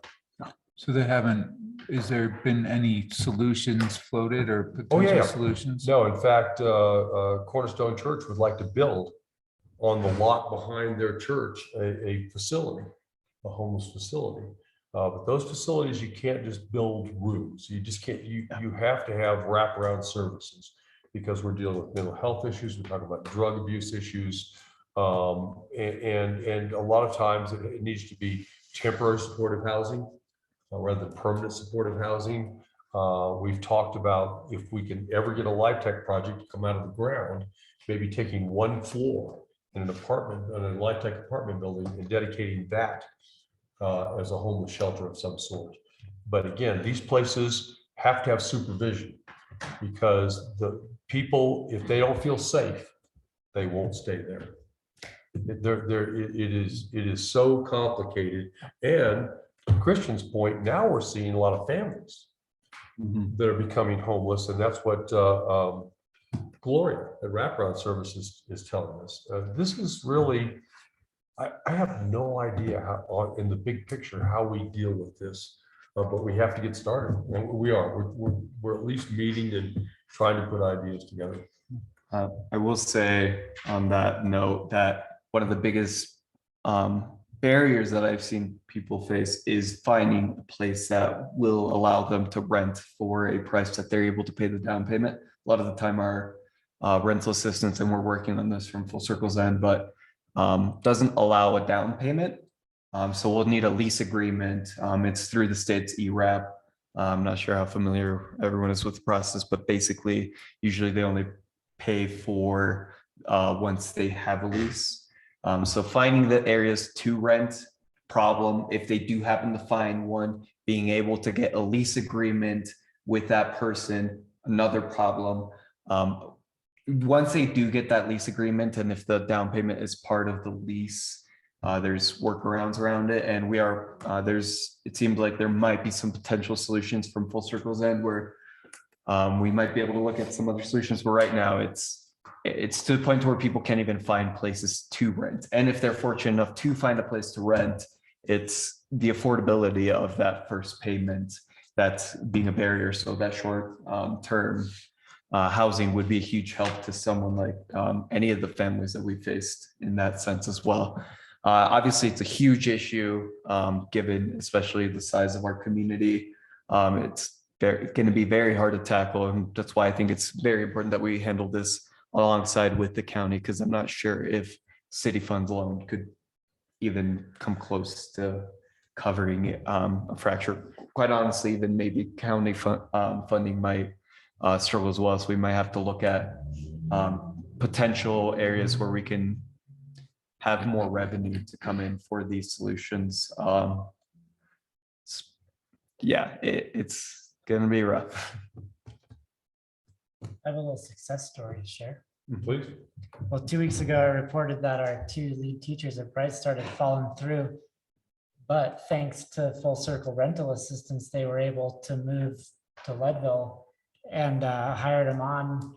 And in the nick of time, because our director's going on parental leave any minute now, and we would have had to close. But now, not only did we not close, we were able to enroll kids off the wait list. So I think we've got like up to 14 from 7 or so. I don't know the exact numbers, but Kayla said you're up to 21 with the second classroom. yeah. Wow. So that's Yeah. good. You That's know? great. Yeah, it's really good. I'm glad to Congratulations. hear that it worked out because Yeah. I was worried about it, but I couldn't say I anything mean, for it's a good confidential example of the reasons. importance of that. Yeah. No, I probably shouldn't Yeah. have either. I also told you that, I told you that I met with Mike McDonald, but Mike Kendrick, sorry. Mike Kendrick, and we talked about that. And he was asking about childcare solutions. I said, maybe you need, for Climax to get involved, with Bright Start and work on those solutions together. So he liked that idea. And so we'll see. Any other council reports? Night's still young, it's not even 10 o'clock yet. We all go have a drink somewhere. All right, no last thoughts? At 9:10, city council is adjourned. Come on. Hi, everybody. If